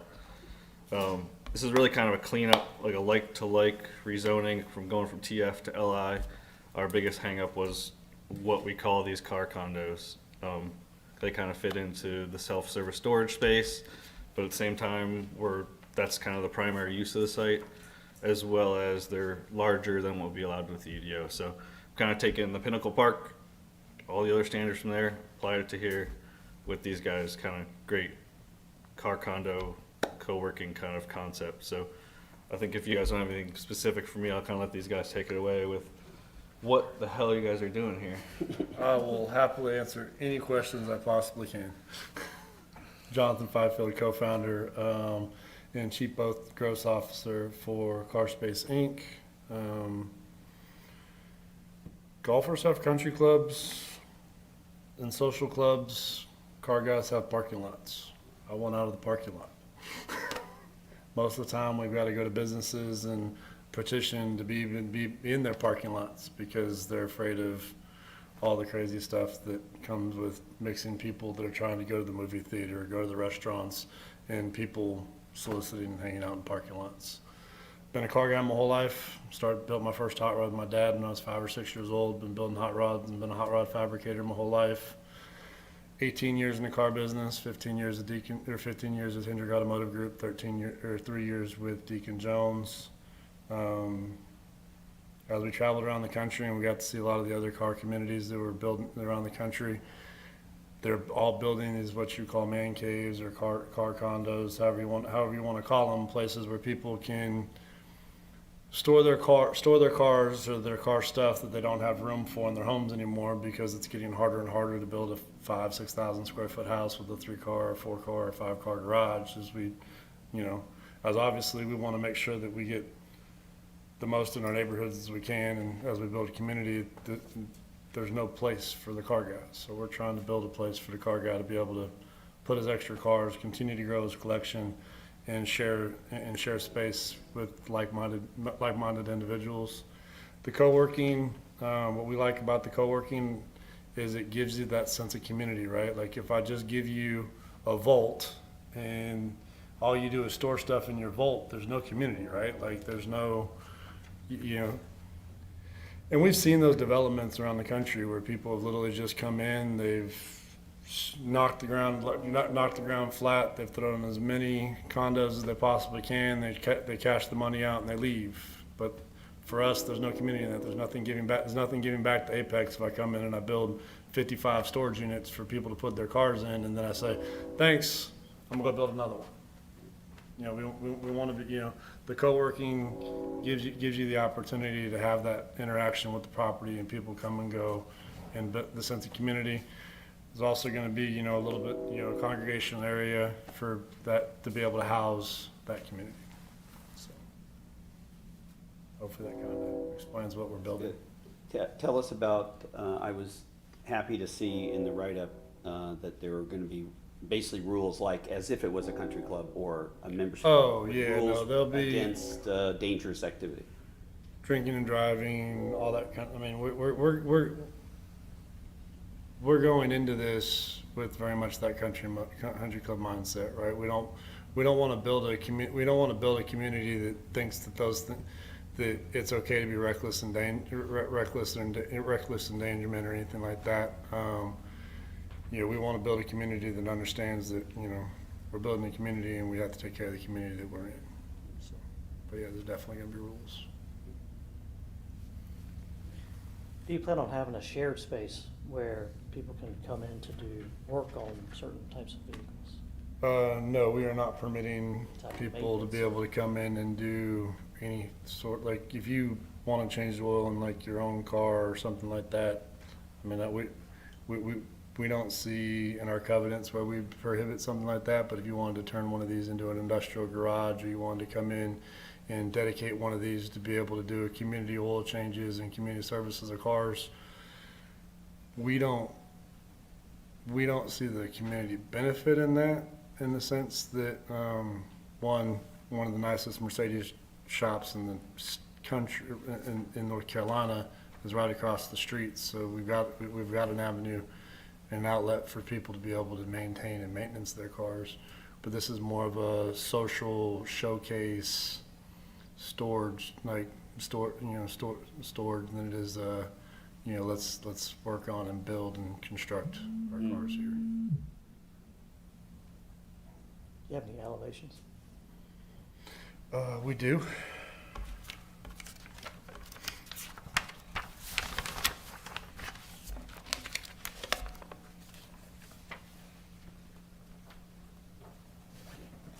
The pretty pictures.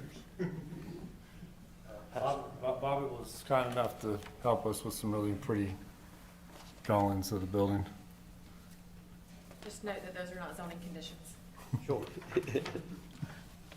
I do have a slight question. So you'd mentioned CW Performance. My buddy Kurt, I know him and the guys over He's a there great guy. pretty well. Great people. And actually, Adam is a very good friend of mine who works there, and he's the one that introduced me to Coffee and Cars. Okay. And Cars so Coffee. I was wondering, is this a place where you would see that event potentially happening here? So we've actually already talked to Summit Church. In talking to Summit Church, their parking lot's relatively empty on Saturdays. So for us, Cars and Coffee Morrisville, I've been a part of helping Rob Ayers build that in the last 7 years. That location will see about 3,000 cars the first Saturday of every month. In this zone, in the way you can kind of lay out of what you guys see in our building here, we would never be able to host that size of an event. We would open it up, our property open up for member showcases and monthly member events and that kind of stuff. But as far as like an Apex Cars and Coffee, we think we'd be better suited to support it in the Summit Church parking lot. It's more open. It's got more parking spots, and we're just landlocked. We don't have the room with all the easements to build that type of parking for our facility. You think your presence there in this location that would help kind of shuttle in that Apex Coffee, Cars and Coffee? We 100% do, and we would be looking to build that community around. And, you know, like I said, I mean, we want out of the parking lot, but doesn't mean doesn't mean we don't want to host community events, because, I mean, if I hadn't grown up going to car shows in Northern California, I wouldn't be the car guy I am today, I promise. Well, I just think that it's like, we talk a lot about community engagement and involvement here in Apex, and I think Cars and Coffee, I mean, Town of Cary's been having our lunch here, so to bring it to Apex would be kind of cool, and it's like a free car show once a month. Yeah. Well, So it's actually, pretty cool. So the really interesting thing about that is the Town of Cary doesn't have a Cars and Coffee at all. So it was hosted by Detail Garage, and they shut that down right before COVID, and then so they did away with it altogether. It's hosted on Page Road. It's actually a Durham, Morrisville It kind used of to be at adjacent Waverly property. Place back in the, Yeah, Waverly Place probably about 6.5 years ago, and the businesses in Waverly Place decided that it was taking up too much parking, and they just decided they didn't want to deal with it anymore. So well, it's an interesting concept. It's come across my Facebook feed. They must think I have a nice car, which I don't. glad to see marketing still works. So these are mostly just kind of higher end vehicles. Somebody wants to come into a conditioned space to be able to store a vehicle that they're not going to have at a non-conditioned space at their normal garage in their house.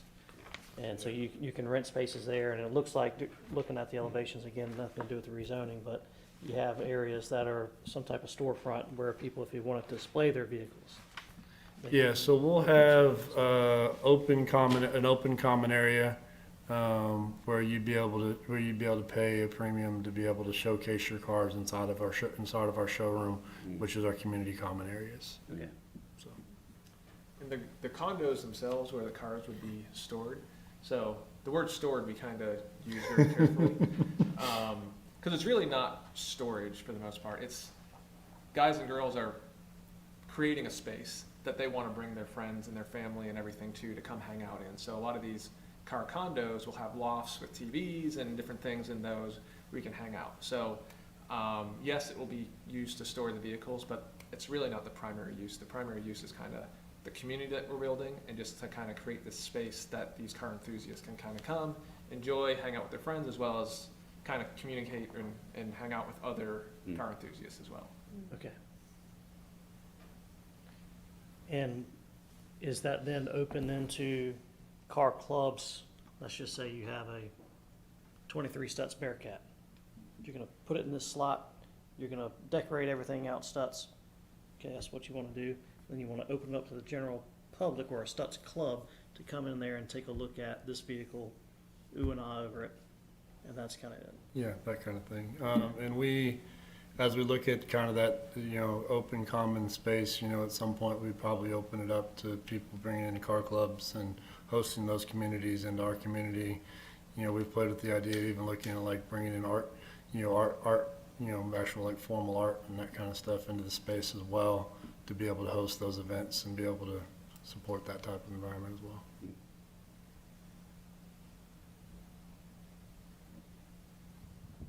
Okay. All right. Is maybe part, is the roof gonna be assembly space as well?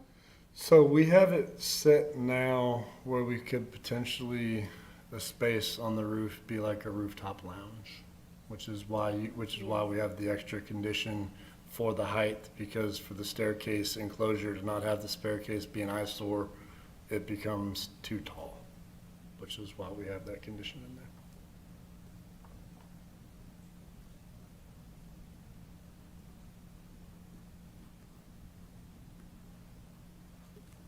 Okay. If no more questions, we're gonna let these guys sit. All right, thank you. Thank you. Thanks for your time. We'll give you your pretty pictures back later.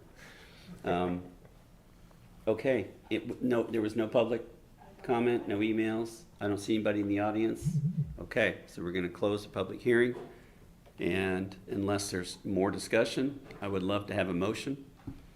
I think this is wild, cool, like, nobody else is doing it. I think I'm more entertained than anything by it, so I would be happy to support council voting in favor of 22 CZ 15 car space Apex as currently drafted in the staff report. Cool. I'll second. Thank you. Okay. Okay, we have a motion and a second. All in favor? Aye. Aye. All opposed? Hearing none, it's unanimous. Okay, now new business. Okay, You're back. I am back. We're very productive today.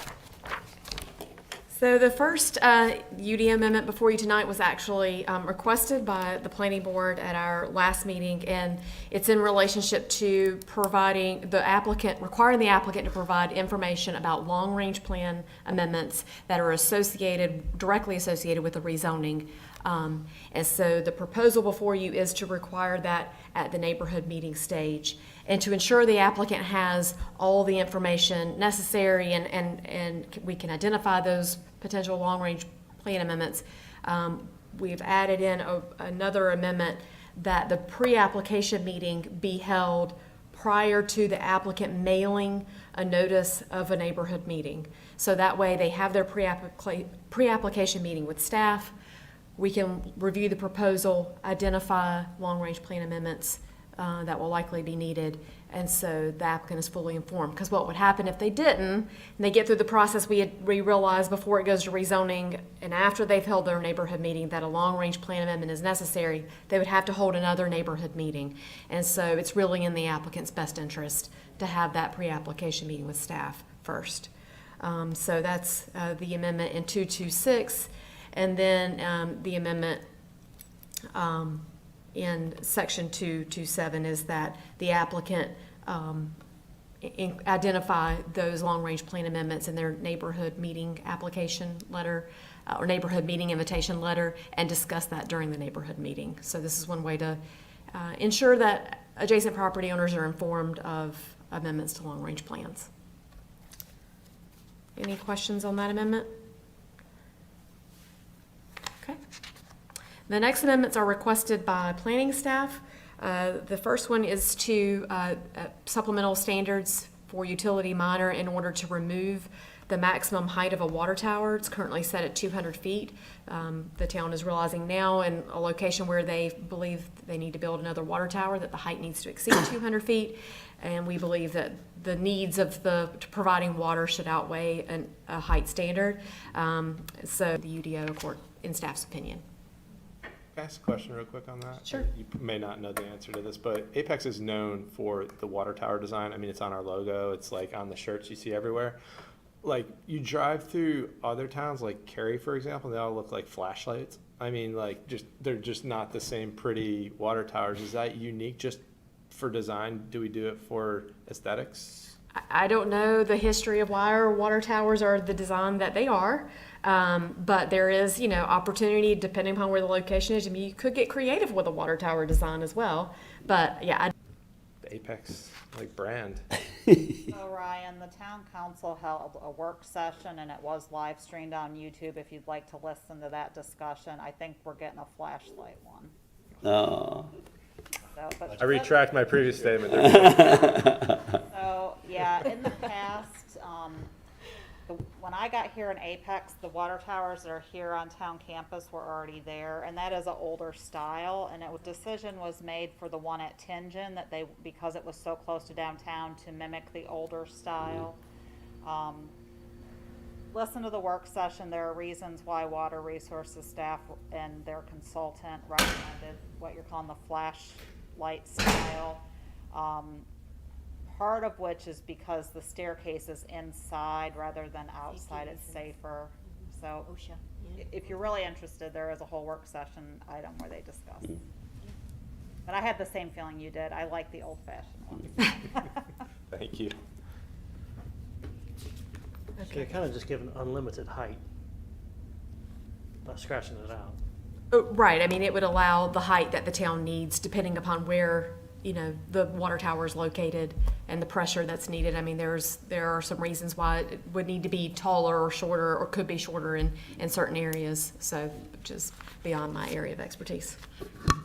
Also, there's not anything, when you take the limitation off the height, we have 2 airports in Apex.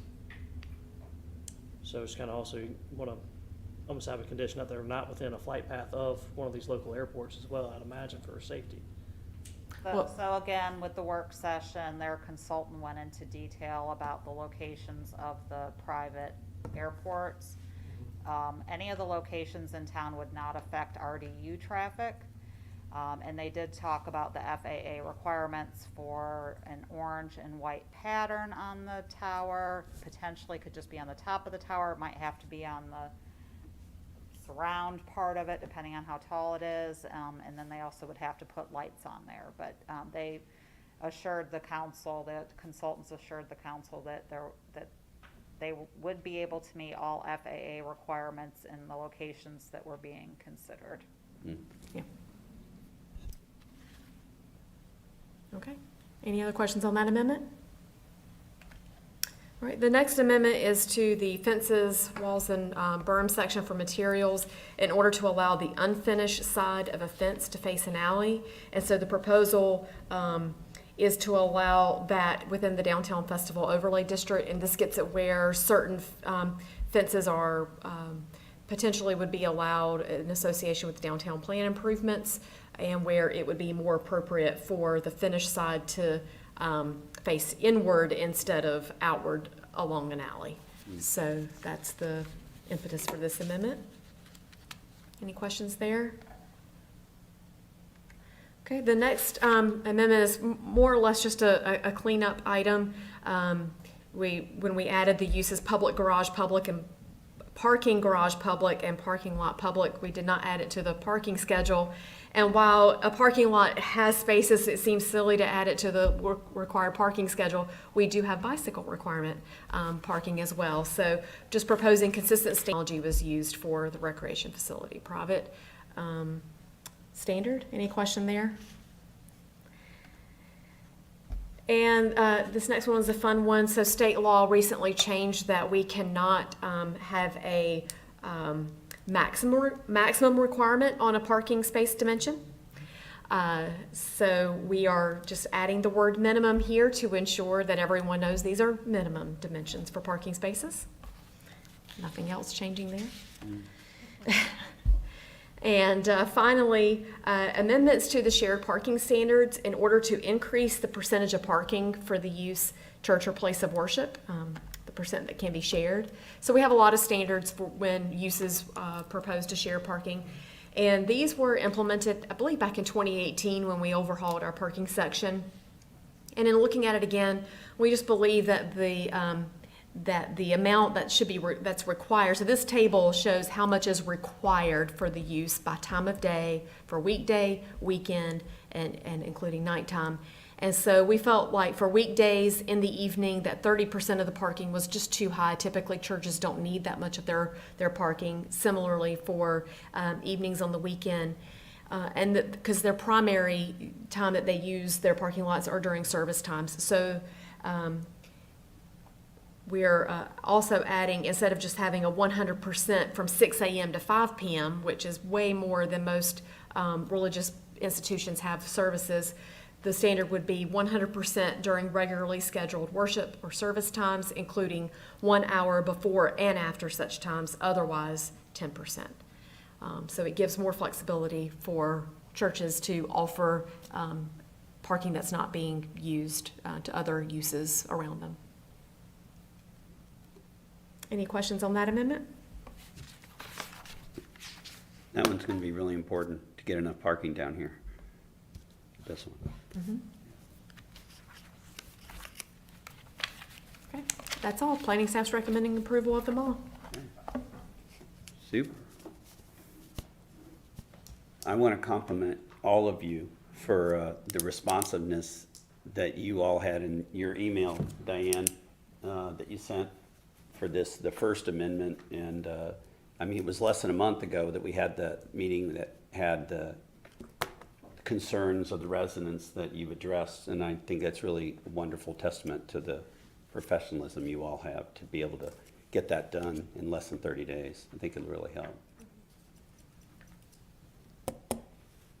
Questions for Amanda? Motions for Amanda? I'd like to make a motion to approve the proposed UDO amendments per Amanda's presentation. I will second. All right. Thank you. All in favor? Aye. All opposed? There are none, so it's unanimous. Can I have a motion to adjourn? Before we do, acting chairman, I just wanted to say this is your last meeting. And Elaine's. And Elaine's, vice chairman, Mark Steele, and Elaine Boyle. I just wanted to say it's been a pleasure over the last, over a year now I've been on the board, and I appreciate your provocative questioning. You always do listen. You listen to the people that show up sometimes in protest and some very seldom in support, but they do. And you're always looking out for Apex, and I think you will be very missed on the board here. So I just wanted to know that I appreciate your genuinity and the care that you show, and I hope the rest of us can take a little piece of what you taught here, because it's been pretty inspirational. Thank you. I really appreciate it. I've really enjoyed it. I've learned. I'm a sponge. I learn. I try to. My dad had a saying: "Don't come home until you've learned something new today." And so I definitely can go home tonight, because I learned something. Even tonight, I learned stuff. And I really have enjoyed it. I would continue doing it, except for my two company boards that pay me have moved their meetings to conflict with this, starting next month. And so I would be on the board and never see you. That's just not right. That's not right for the town. So, but someday that'll all be over, and who knows? I might be back. I really enjoyed it. Well, thank you. Thank you. And Yeah. Elaine as well. I know you don't say as much as vice chairman, but I appreciate But when she does, But when I do, watch out. oh yeah, uh-huh. But thank you, it's been my pleasure, and like you, Mark, my schedule has changed, Yeah. so I needed to make some shifts. And I was just saying to you earlier, maybe I'll be back, who knows, Yeah. but it's been a pleasure. Yeah. I will say one last thing on my way out. I wanted to, and I thanked Sarah last week. It was your first meeting, right? Last month? No, 2 months, 2 meetings ago? My second meeting? Yeah. And you were saying, did I ask too many questions? I said, hell no. You can never ask too many questions. So that's something I'd like to leave for you guys, is ask questions. And yeah, it makes the meeting longer, but guess what? Then you learn more, and then you get the whole side of it. And I do appreciate that too, because as the planning board, we're here as a recommending body to the council with experience and professionalism in the planning arena. So the more dialogue we can give with the applicant, even if we don't agree, the more dialogue we can provide, and the provocative questions asked are what council ultimately appreciate. Yeah. So here's another compliment. I told Reggie this last time, that we do not all agree. We are not all coming from the same place. We have a real diversity of experience and training and opinion, and yet we all listen to each other and we all respect each other's opinion, and that's just a great model for civic government, and I hope he can continue to do that. So, okay, a motion? I think y'all two should do the motion and then. Yeah, All right, between the two of you. Okay, I will motion to adjourn. I second your motion. All in favor, say aye. Aye. Okay, we're done.